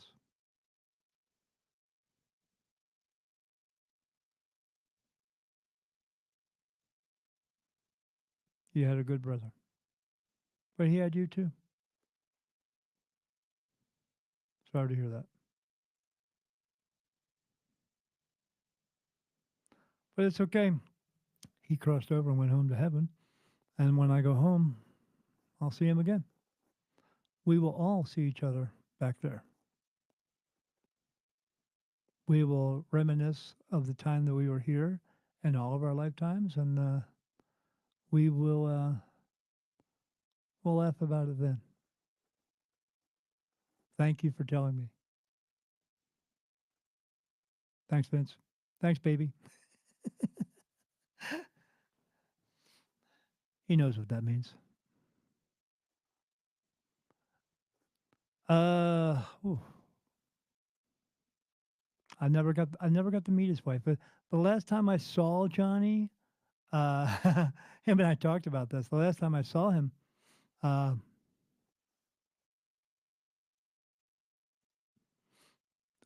the last time I saw him, I was sorry, choked up. I was in my 20s, and I went up to see him. We hung out, and he was really into tennis. So I went with him. We went over to Pennsylvania, and he was playing some tennis over there, these matches. And then we went back to his place, and he said, I'd love to stay and talk, but I got to go. I said, what are you going to do? He says, oh, I got a date to go on. That was his first date with his wife. And I said to him, oh, really? You're actually going out with a girl, huh? Wow. I'm just happy you're going out with a girl. Uh, shook his hand, gave him a hug. I'll say, see you later, man. I remember driving down the highway and going back to my brother's house I was staying with, and then back down to Delaware. That was the last time I saw him in person. Like I said, I was going to try to plan a trip to come and see him. Um, and yeah, I kept posting to Johnny. I saw a picture of him on Facebook with his wife. And I said, holy shit, Johnny. I said, she's way out of your league. She was absolutely gorgeous. I was like, oh my God. But I know why she was with him, because she saw in him what I saw in him, which are the best parts. I truly feel bad for her. But yeah,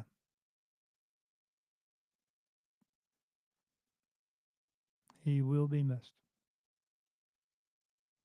Yeah, I'd sent him a message earlier this year. It was way early this year, and he sent it back. But I've been so busy. I just with this whole network thing, time just flies by. Oh, thank you, John, for attending the show. Appreciate it. Appreciate your comments as well. Thanks for being here. Um, Anywho, like I was saying, it's a lot of preparation to do what I do. It's a lot of preparation for a lot of practitioners to do what we do. We don't charge for that part. At least I don't. Maybe the others do, but I love doing what I do. I'm always going to do what I do. I'm always going to continue to help as many people as I can. I even asked about a year ago because it was then putting the question in me to ask. See what I'm saying? That's how it works. Um, how long do I have to do this for? Do I have to? How long should I do this for? And I heard inside me, you can stop now. What do you mean I can stop now? I don't have to be Spirit Medium Daniel anymore? No, you don't. So I have fulfilled my purpose? Yes. You've helped enough. And that was 7 years into it. You've helped enough. I mean, you're going home, stay home anyway. And I hear this in my mind. And I'm like, because this is your last time, but you've helped enough. And I said, okay, I don't want to stop. I want to keep going. Is that okay? It's strange to hear the word absolutely come through your mind. Very direct. Um, I said, so I can keep going. Yeah. Because I feel like this is what you wanted me to do. And then right after that, that's when these people came to me about being on their network. Now, this is what they were guiding me towards, but at the same time, I had already done enough. No, I haven't. Not for me. I have I have a job to do, and I know, and within myself, I'm not completed it. Now, see how they do that? They give me you've done enough, but I feel inside of me that I haven't done enough. So they're giving me both sides of it at the same time.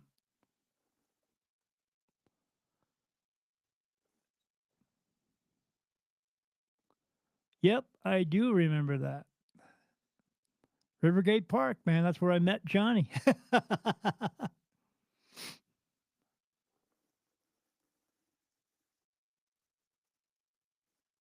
Yeah, 40 years ago. Yeah, I remember that. I remember the year before they had a bunch of bands, man. I saw a bunch of them, then I had to go to work, man. It sucked. Uh, uh, but I saw a lot of cool bands there. But yeah, I remember it. I remember everything, man. I remember the time. This is a joke. I said to Johnny, man, you play tennis, you play guitar, you're into cars. What's next? What are you going to do? Be gay? Everybody in the room busted out laughing.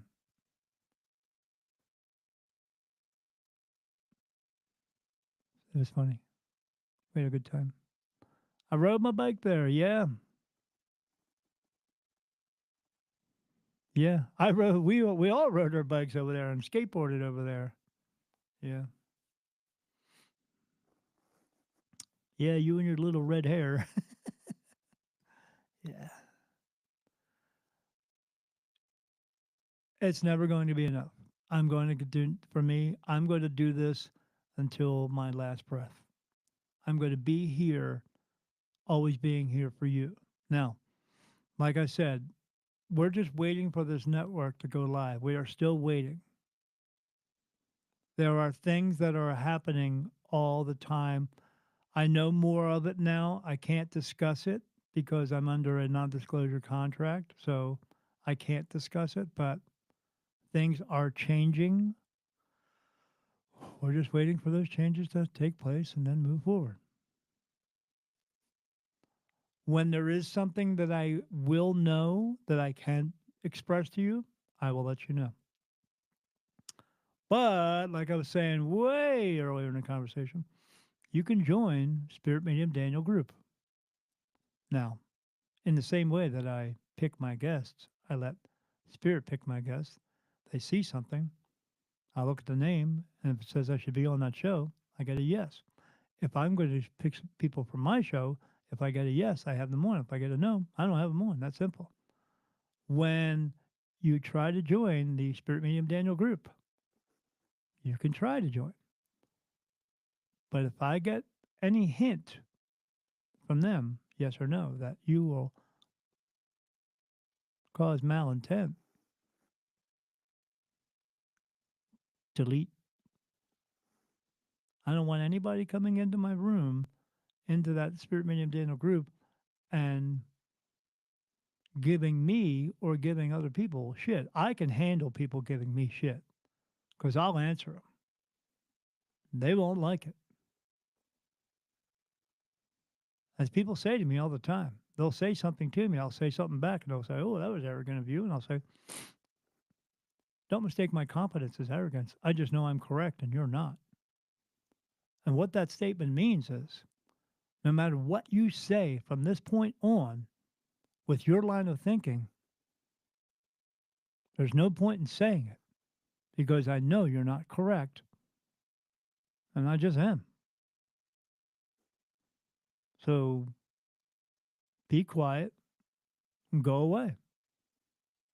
And they keep coming at me, and I keep telling them the same thing, and I answer them back, answer, and they're so thick headed.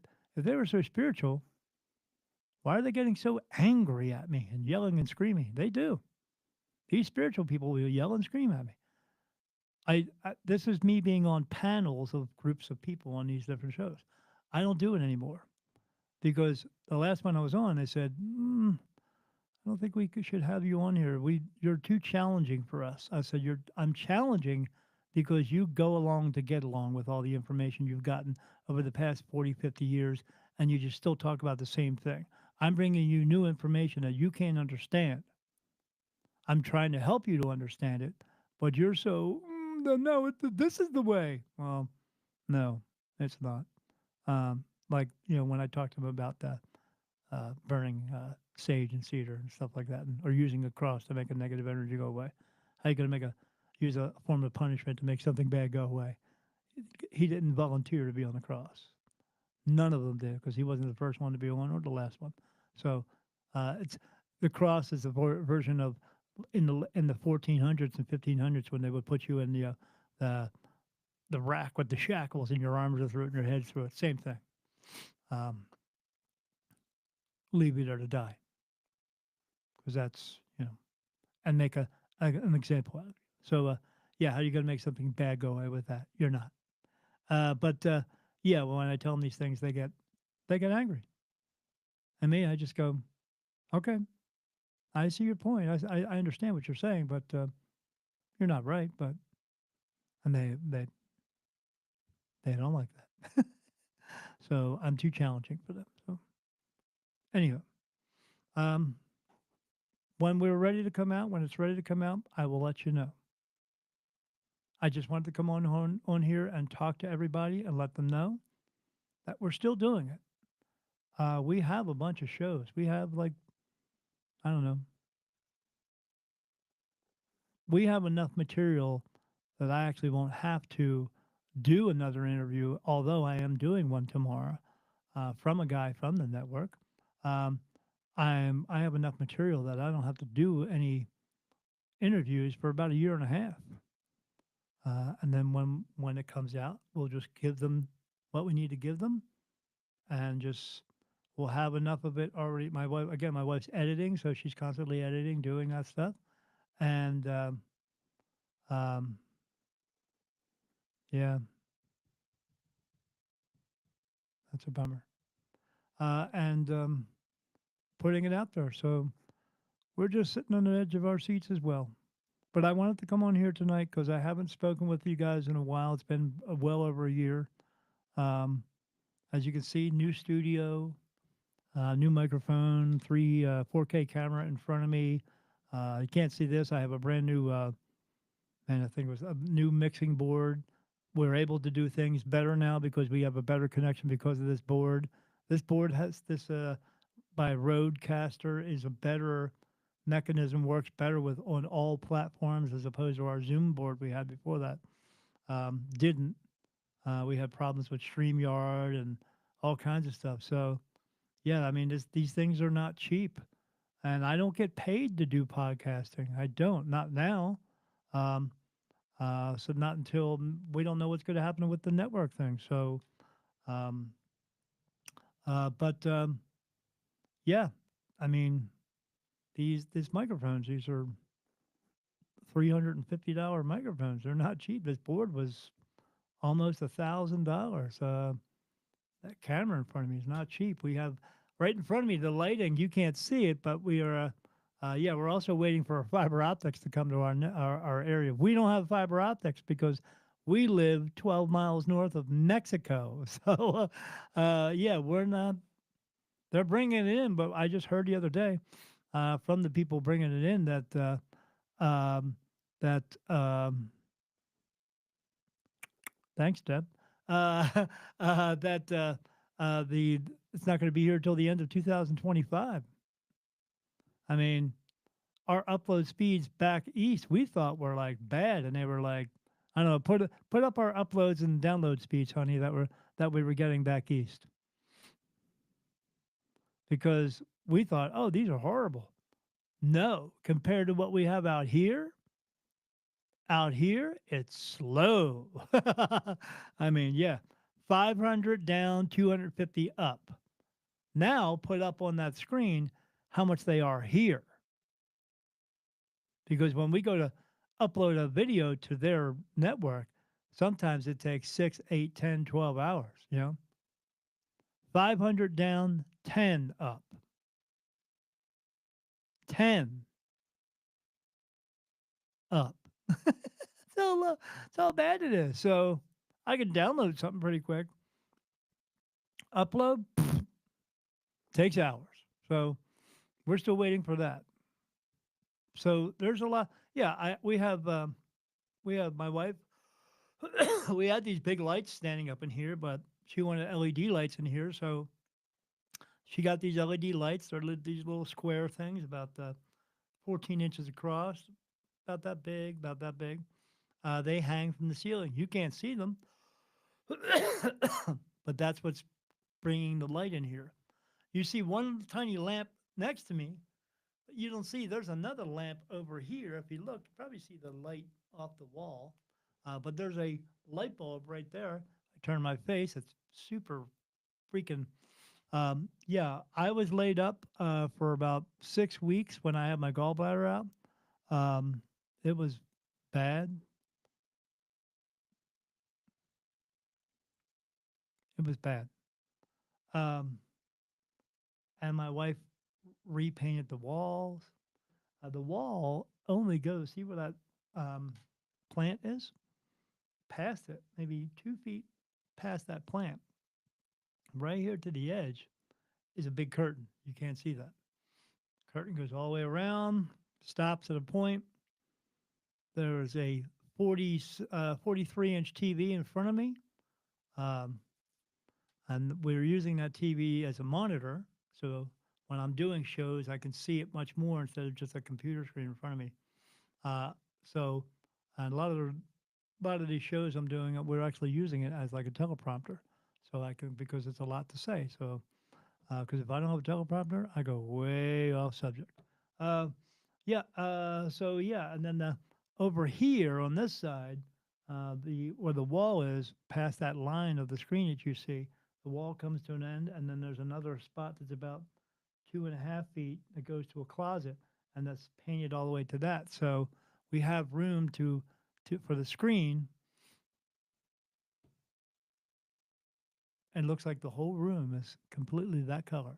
It isn't. Everything else in front of me is white. So, uh, yeah, there's a lamp over here. Sometimes I turn that on for extra light, but we dimmed it down a little bit. We can actually bring those LEDs up brighter, but they're so freaking bright, they get in my face and then blinds me. Um, so yeah, this has that curtain in front of it to deaden the sound, to keep. We have the window over here is a window, and that has a blackening screen in front of it. Um, uh, yeah, the table that I'm sitting at, we got at Salvation Army. We paid, I think, $25 or $50, something like that. Um, you are correct, Deborah. Terry did a great job. She did everything. She does everything you see about this production. She does everything. And she does everything so that I can be me. Um, do you feel better after getting the gallbladder out? Better? Yes.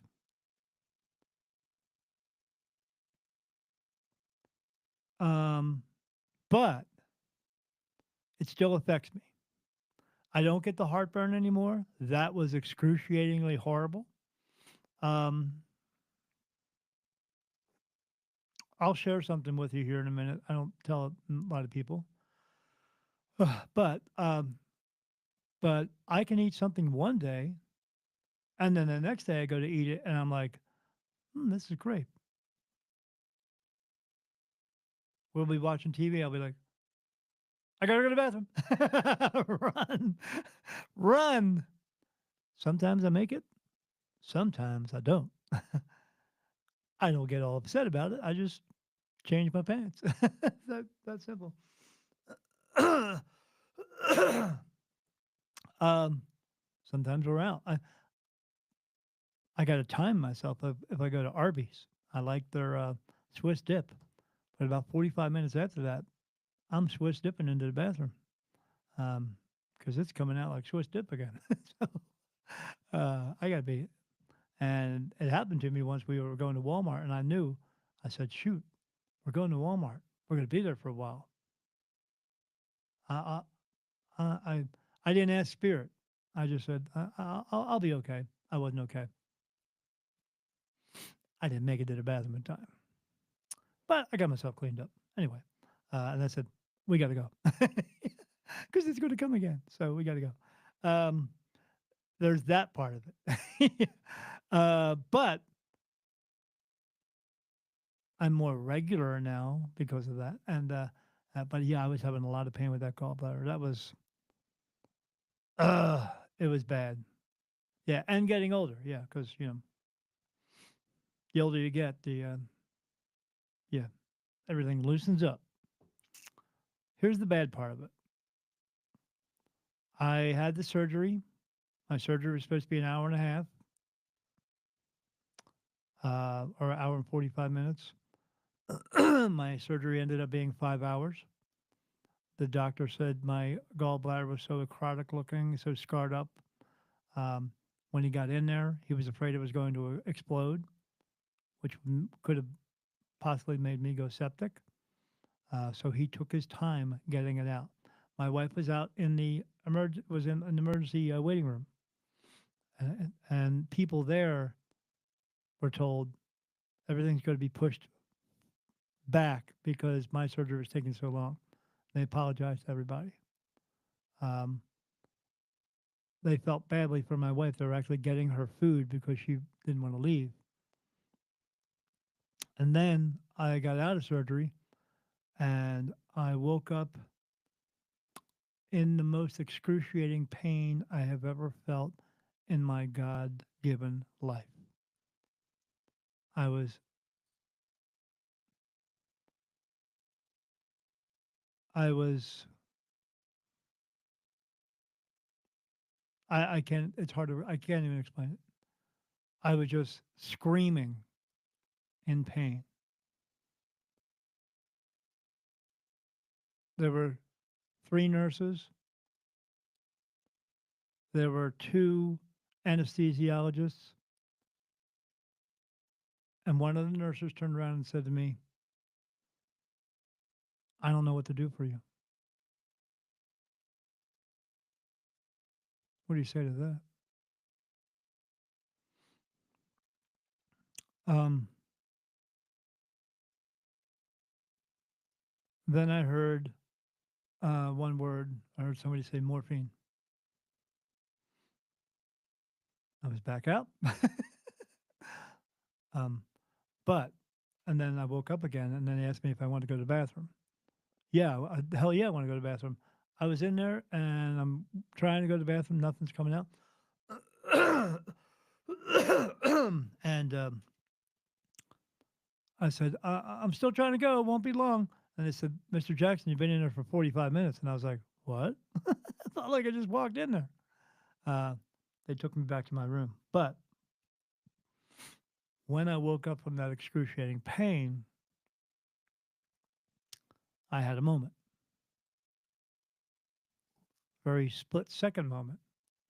My wife had left because they told her I needed a certain medication. She couldn't get it in town, so she had to go back to our town to get it, which was 30 miles away. And on the way out, I'm laying there at a table and in this pain, and I had a thought come through my mind. Again, a thought they put in me for me to make a choice. And that thought came in and said, I said in my mind, I would rather just die. And then I got touched. No. And I said, no, I don't want to die. I'm just going to fight through it. So I did. Um, at that moment, when my wife was driving down the road, she, that energy went out to her. I'll let my wife put up on the screen what she thought came through.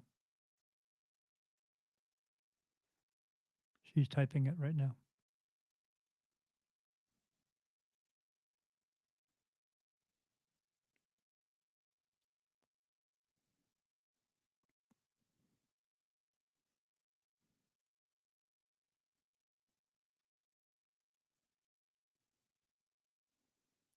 I was not trying to do that to her.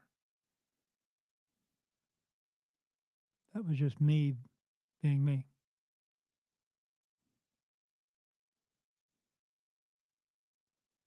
And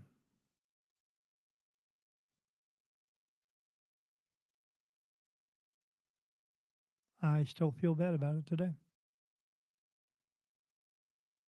I get over a lot of things. It's easy for me to get over things. I'll have a conversation with somebody and I'll talk about it for a day or something like that with my wife. She'll say, well, you just get over it. And I'll get over it. That was back in March. And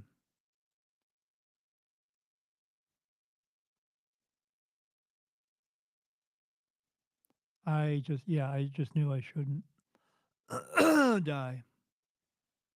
I had too much to do. But I beat myself up over that, having that thought. Because if you do, I would kill you. Yeah, that thought bothers me still to this day. But it is what it is. They were giving me the choice, I think, at that moment. I'm asking you, and they're touching me, yes. I could have just died. But I turned right around after that thought for a second and said, no, I don't want to die. I can't die. And they're touching me, yes, right now. I can't die. I don't want to die. It was just a brief second, but it was the longest second. Yeah, but I'm glad I had the gallbladder out.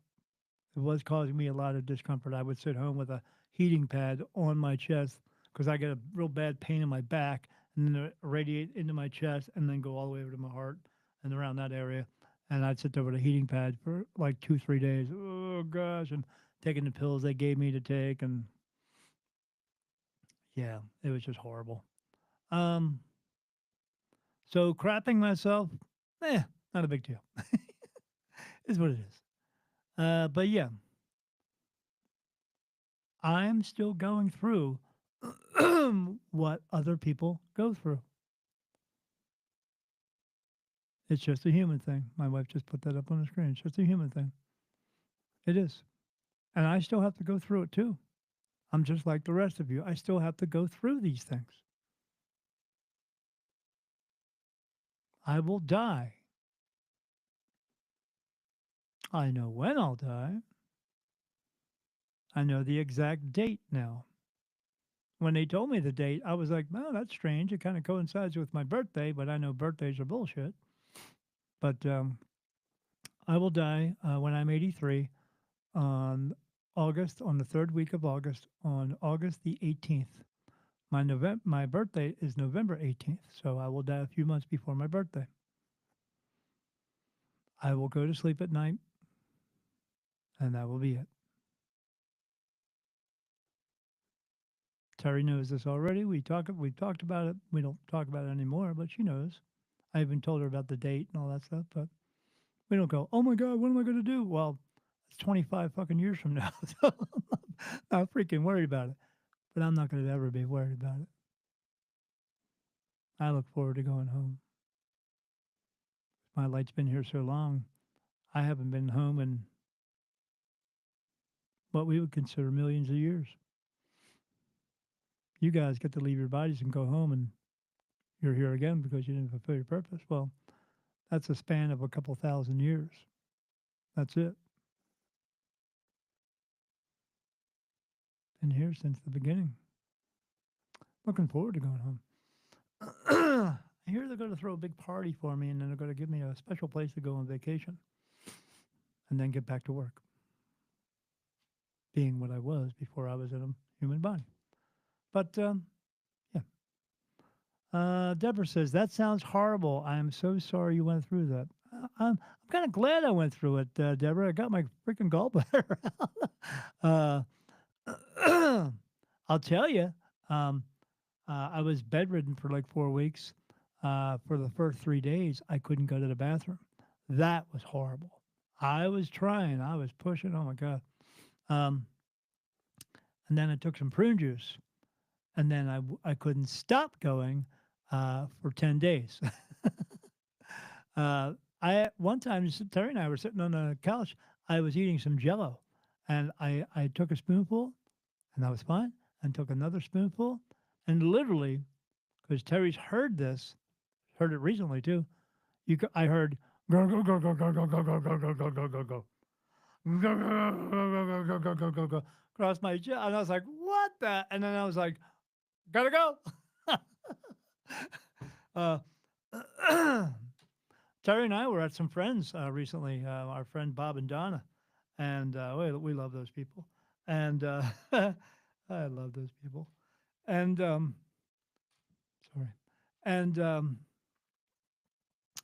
uh, we were sitting at the dinner table, and and my it happened. We were just sitting there, and right down my chest, go go go go go go go go go, and I looked at her and said, "We got to go." As soon as I got home, man, oh craziness. But yeah, uh, yeah, I'm down to exactly 200 pounds now. I was always floating around uh, between 205, 210, something like that. Not now, man. Um, I don't eat as much as I used to. Can't, just can't see. I used to be able to pile it in. Johnny will tell you that, man. Johnny and I used to go to some buffets and just kill it. Can't do that. He would be able to tell you that. Would have been able to tell you that. Yeah, we oh my god. But now, nothing. I eat half a sandwich. I'm like, oh, I'm gonna pass out here. So, yeah, it's changed everything about me, and I feel better. And I go to the mall. Our mall is a dead mall. There's not a lot of people there, so I go there and walk the mall. I get my exercise in. Um, yeah, the buffet. Yeah, used to lose money on me. Not anymore. But I eat a lot of vegetables when I go to that, and some shrimp and stuff like that. I can maybe get 2 plates in, but I want to save up so I can have some dessert.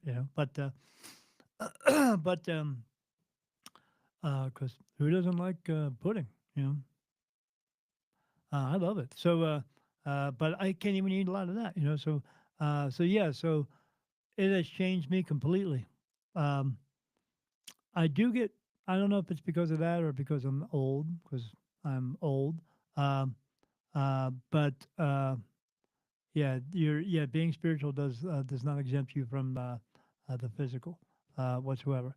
I get tired quicker.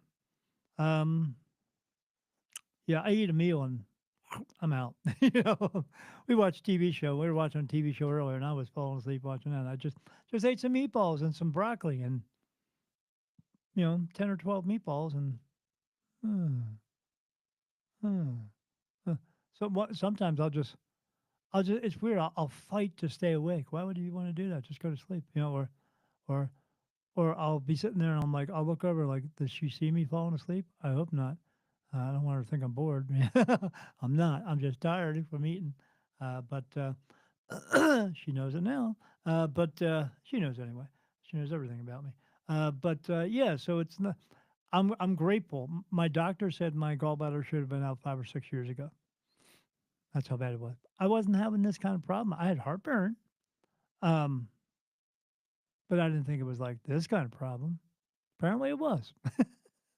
Um, I even had another medium tell me that I had uh, intestinal issues years ago before we came out here. A couple of years before we came out here, and I said, "Yeah, I get heartburn, but not really bad." She said, "Oh, it's bad." And I was like, "Okay, guess it was."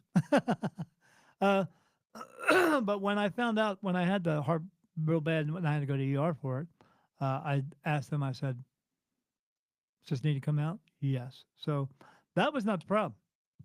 Problem was where we live.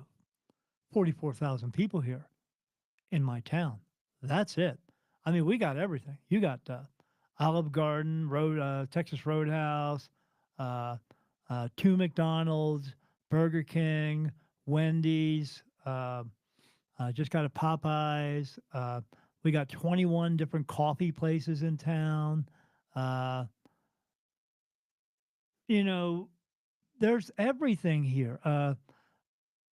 Two German restaurants, two Pizza Huts, right down the street from each other. One here, and right next to it is a um, oh, what's right next to it, honey? Uh, Domino's. You got pizza place, a place to get your nails done, Domino's, and then you go down 2 or 3 blocks, and another Pizza Hut. We have two Taco Bells. One just got torn down, but they're building another one. We have two or three the what's that coffee place? Starbucks. You got everything here. You got Super Walmart. You got Target. I mean, they're giant, giant freaking stores. I mean, there's one down in Benson that is you could put the one back in Milford, Delaware. You could put it inside of the one down in Benson or down in Douglas 2 times. Giant freaking stores. But again, our county is only 100,000 people. And you think, oh, well, that's not bad. Our county is 6,200 square miles. Not a lot of people. So getting to a doctor is hard. And it took me a year to get to a surgeon to get this taken out. Yeah, lots of desert. You come out of our neighborhood, you come to a stoplight, across the street, McDonald's, to the right, Circle K, Dollar Tree, Family Dollar, a couple other things, a bunch of barbecue places. You make a left, you go down the road, and you see all these homes, and to the right, desert and mountains. It's the most beautiful thing you've ever seen being around these kinds of mountains. We have mountains that are like 5 miles away that look like they're 1,000 feet away because they're so big. So just beautiful, beautiful mountains, beautiful sunsets, beautiful sunrises. I've seen double and triple rainbows. Amazing, amazing here. Amazing view. Amazing. We've been up those mountains. Yes, it's amazing here. But getting into a doctor's office, hard. You go to a restaurant, you're never waiting in line. I think we've waited in line once, 3 years. It's crazy. Um, no, really, really low humidity. You're not sweating to death. If you do start sweating, you're in big trouble.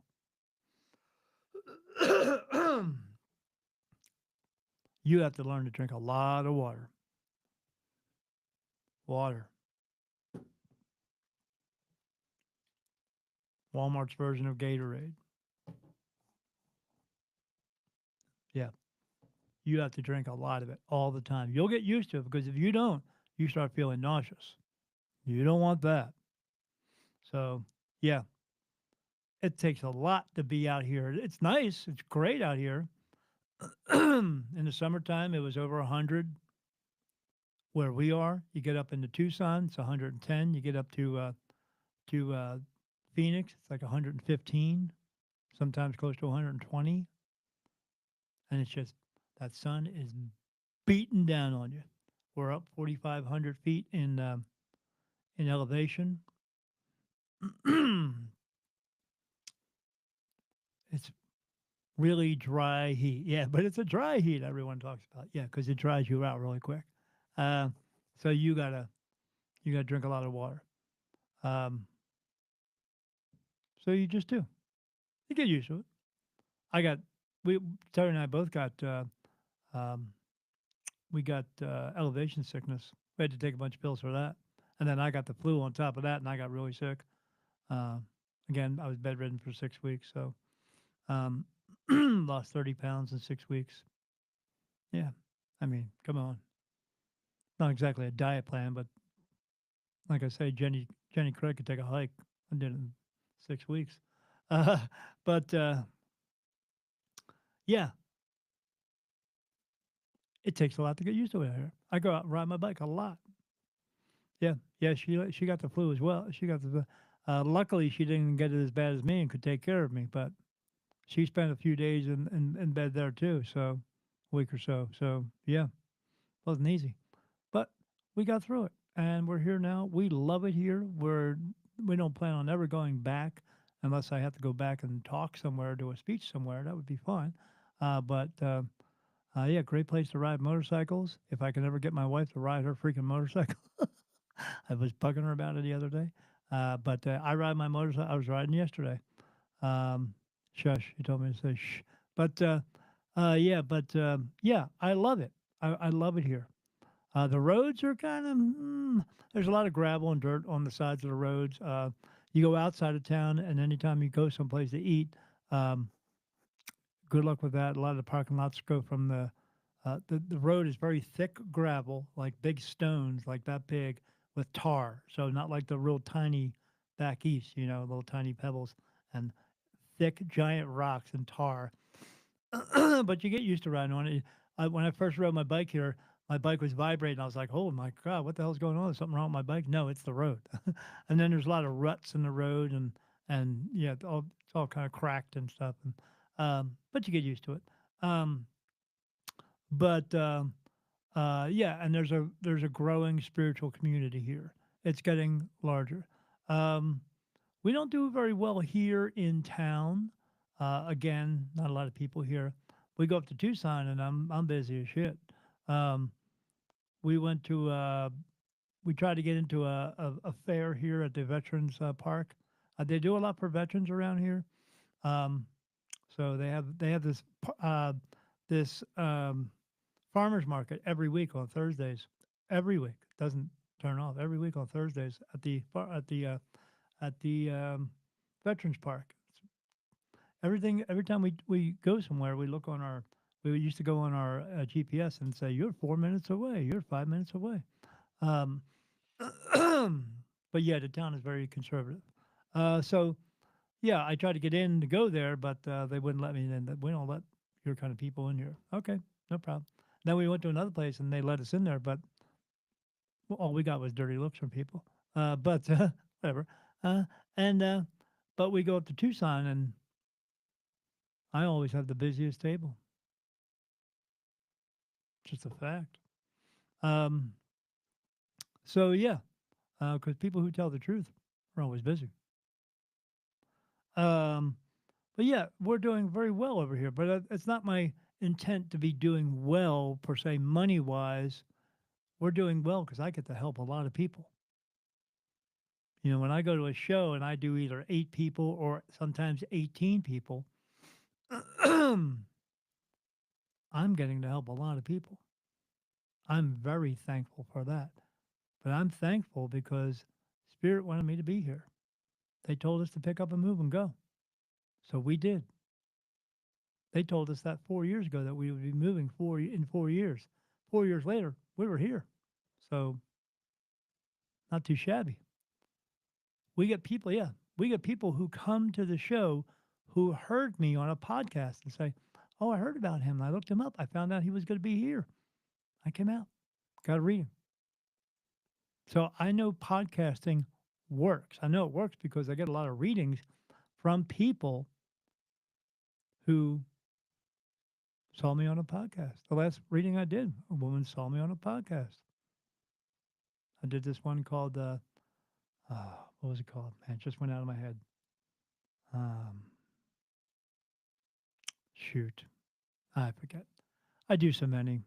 I, d- yeah, I do so many. I can picture it in my mind, but I do so many. Again, I'm doing two this week. One with somebody else, one on my own. Last week, I didn't do any. The week before that, I did two. The week before that, I did three. The week before that, I did four. I'm busy. I'm always trying to get on podcasts and try to put my message out, try to bring the message out, try to bring the message that God wants me to bring. And that's what I do to educate people so they do know what's real and what's not real. And that's the reason why I got on this network because they wanted the angel guy. I'm the fucking angel guy. Tell people all the time because I'm the shizzle fucking dizzle. That's not me being arrogant. That's just the freaking truth. I get the answers. I answer the unanswered questions. I can get any answer you want and you need. You may not understand the answer all the time because it's not the answer that you wanted, because everybody wants what they want. You're getting the answer that you need. Well, why did my husband die? Because everyone dies. No, I mean, why did he die specifically? Because everyone dies. Not a matter of if, just a matter of when. When it's your time to go, it just is. Thoughts on Trump? Don't care. You know why I don't care? Because he doesn't care about us. They just don't. They're politicians. I know he's not a real politician, but they're politicians. They don't go into anything for anything more than greed, power, control, and greed. That's it. He doesn't care about me. He doesn't know who I am. At that moment, I just said, he doesn't know who I am. And they touched me. No, he doesn't know who I am. So why should I care about him if he doesn't know about me? What do they really do for us? What do they really do for us? Nothing. The price of everything will always go up. It just will. It just does. You will always pay taxes. You may they're trying to change a law now. I stay aware of maybe lowering that, but you're still going to pay taxes. What about all the taxes you've paid your entire life? You think they're going to just give that all back to you? Fuck no. What do they really do for us? Do you have free medical care? No.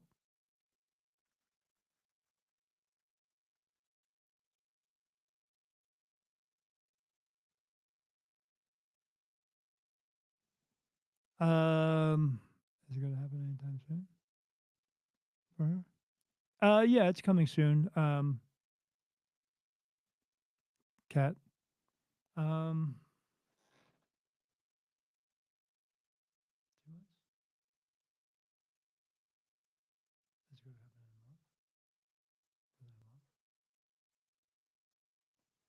in a month. Within a month.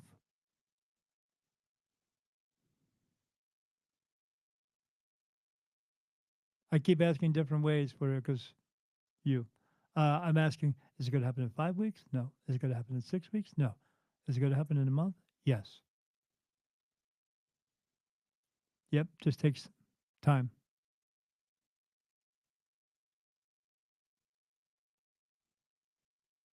Yeah. Um, like with that, the government's in control of that, meaning They want you to play the game. You don't realize you're playing a game. You just have to go through all the steps before they will diagnose you.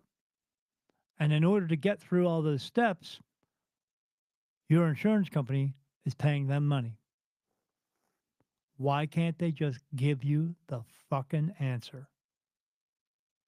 Because they want your money. They're in business too. Being a doctor is going into business, not just helping people, going into business to make money, to drive Mercedes Benz and all that stuff. I know. I had to go through the same process when I had my first back operation and then my second back operation. Why not just fix it the first time? Why do one and then do the other? I had to do all kinds of physical therapy, and then I finally got surgery.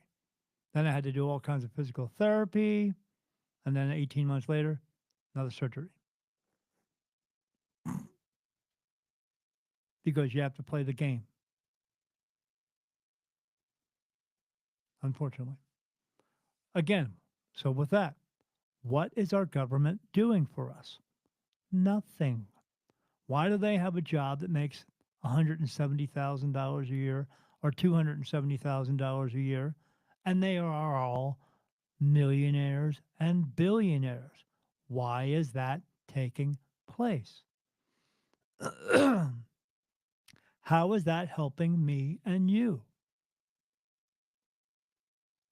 They don't. They just don't. So, what do I think of them? Nothing, because I don't think about them. I don't think of them because it's not important. What's important is how I get through my life, doing the best that I can. And I'm going to do whatever I need to do to get through it. Simple. My life doesn't revolve around them. And they don't revolve, I don't revolve, they don't revolve, me around. What I do here has no effect on them. What they do there really doesn't have any effect on me. I'm still living, and yeah, I'm paying the higher prices and stuff like that. But can I do anything about it at this time? No, I can't help them, and I'm not here to solve political problems. I'm here to help you with your spiritual issues. So I don't give a shit what they do. I don't. You don't have to either. And if you are, that's why we can't move forward spiritually, because we're too involved with the bullshit that they want you to believe in to keep you from knowing what you really truly need to know. Simple. All right. Well, it's been 2 hours, 38 minutes. I know I ate dinner earlier, but I'm a little hungry. Might go and have a couple more meatballs. And, but thank you for being here with us on this live video from our channel. I am allowed to do this. I can't do like, that's the thing. I can't create new videos and just put new videos out. I'm under contract with them.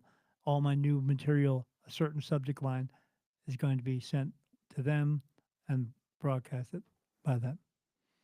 But I can do these. I can come out and say hello and talk to people and hope everyone's still listening, trusting, following through, and and give you some answers. I do that anyway.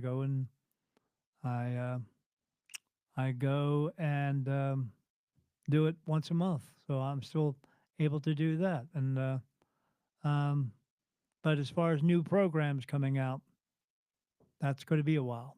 I'm just not sure how long that while is. Um, I still get a feeling from them. I asked them about this back in October.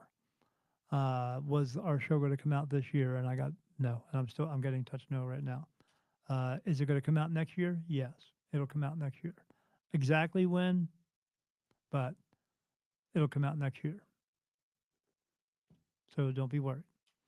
Um, but again, I'm easily accessible. You can join the Spirit Medium Daniel group. You can ask me questions um, anytime you need to. Like I said, let's see who asked me a question this week. Oh my gosh. I have my friend Stephanie right here, who I'm friends with here. She's also going to be on my show. She asks me questions all the time. Um, I have my friend who I did a reading with. I did it with her mom, Kathleen, but she was also involved in that reading. Her name is Amanda. I was asking. She was asking me questions. She asks me questions all the time. Kathleen asks me questions all the time. Um, a friend back east who I did a reading for asks me questions as well.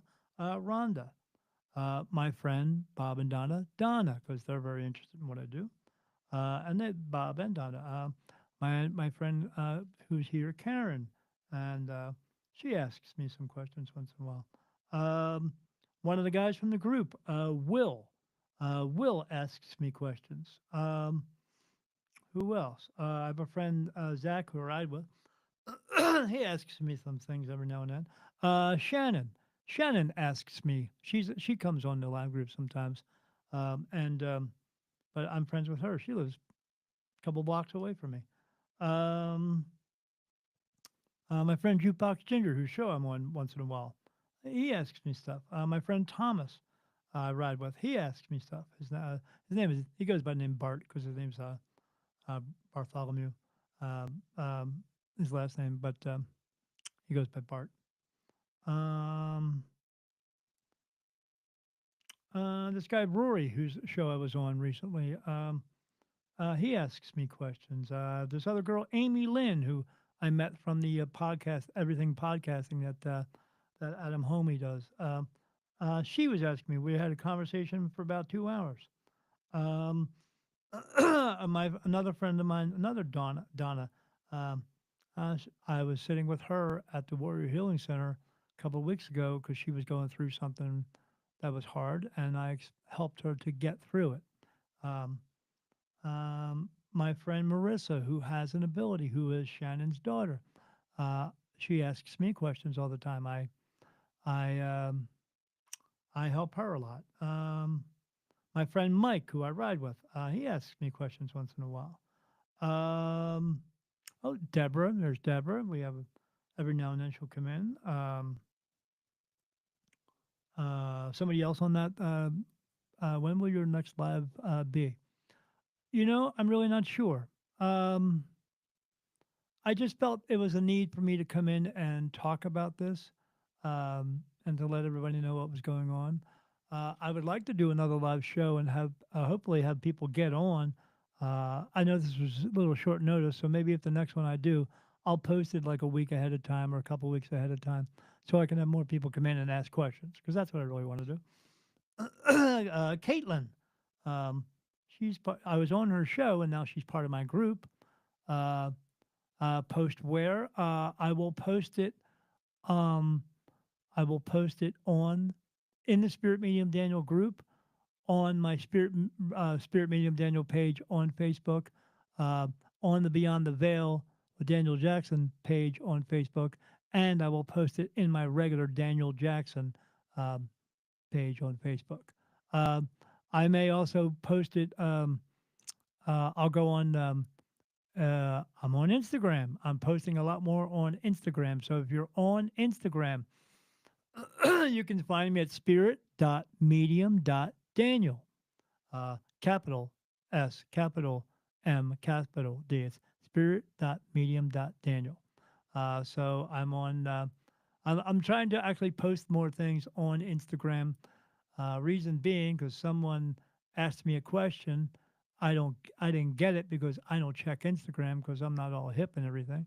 But there it is in the comments there, uh, and you can follow me on there, and I post things on there as well. Yeah, somebody asked me a question, and I noticed when they asked me the question, it was in. I looked at it a couple weeks ago. It was in August when they asked me the question. Uh, yeah, so yeah, So a lot of people, and I get this daily. People are asking me stuff daily, and they want me to answer them right then and then. But I put myself out there so I am available at any time. I could be out riding my bike and go, oh shit, I got a message. I'll get to it, but I will get to it.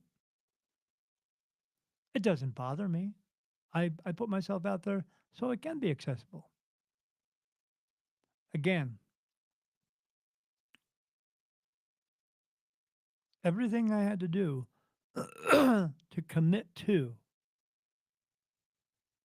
for God is why I'm able to get you answers right on the spot,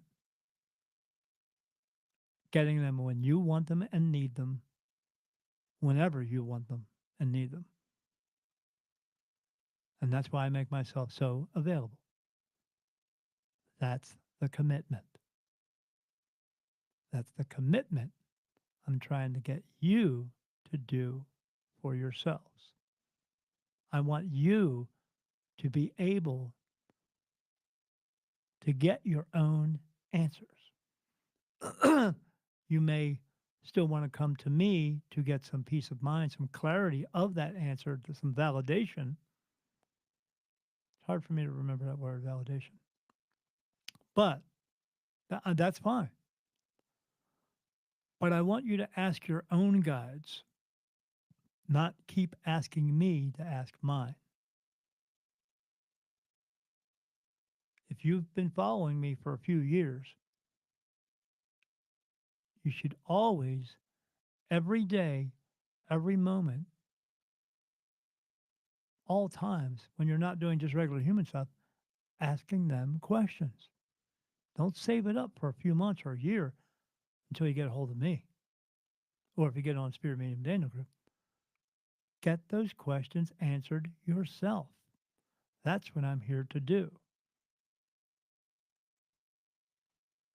I don't need, in a sense, fans or fanatics or followers. I want you to follow because I'm going to be giving you as much information as I can every day. But I want you to help yourselves. That's what I'm trying to get you to do, to learn to help yourselves. And with that, it is time to get the heck out of here. Thank you all for coming out here. Thank you for listening. Thank you for trusting and following through with what I'm trying to do for you. Thanks for coming here onto the video portion of what used to be Beyond the Veil with Daniel Jackson.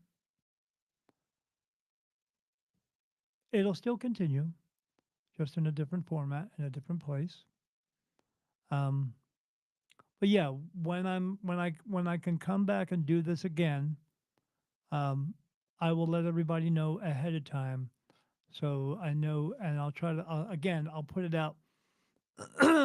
Probably, like I said, my time here switches. You know, we don't have daylight savings time, so right now I'm 2 hours behind Eastern time, but some parts of the year I'm 3 hours behind. It changes. So, but I will put it out so it's not too late for people. Um, Around 7 o'clock at night when everybody's kind of done dinner time and can listen for a while. Right now, I know it's 7:49, almost 8 o'clock here, so it's 10 o'clock at night um, over there on the East Coast. Central time is an hour past me, so 9 o'clock there and 8 o'clock here. Uh, my time is actually the same time as what's going on in Canada right now. Strange. You know, I'm all the way down the bottom of the United States. They're all the way past the top, and we're at the same time. Again, no daylight savings time here. Um, Unfortunately, no Martin Luther King Day. They have Martin Luther King Boulevard, but they don't celebrate such a great man's birthday or just his existence at all. It's a shame. I said great man because I meant it. He was trying to do right by everybody. They killed him for it. That's something. If I die before 83, I'm not. I have no desire to commit suicide. Just think of that in the back of your head. I have no desire, will nor I ever commit suicide. But there are a lot of people out there who don't want the truth coming out. And they may try to silence me. I'm not going to let it happen. They may try to do it in another way. Not to put anybody in a bad mood, but you hear about it. You hear about it, especially in the UFO community and all that stuff. So,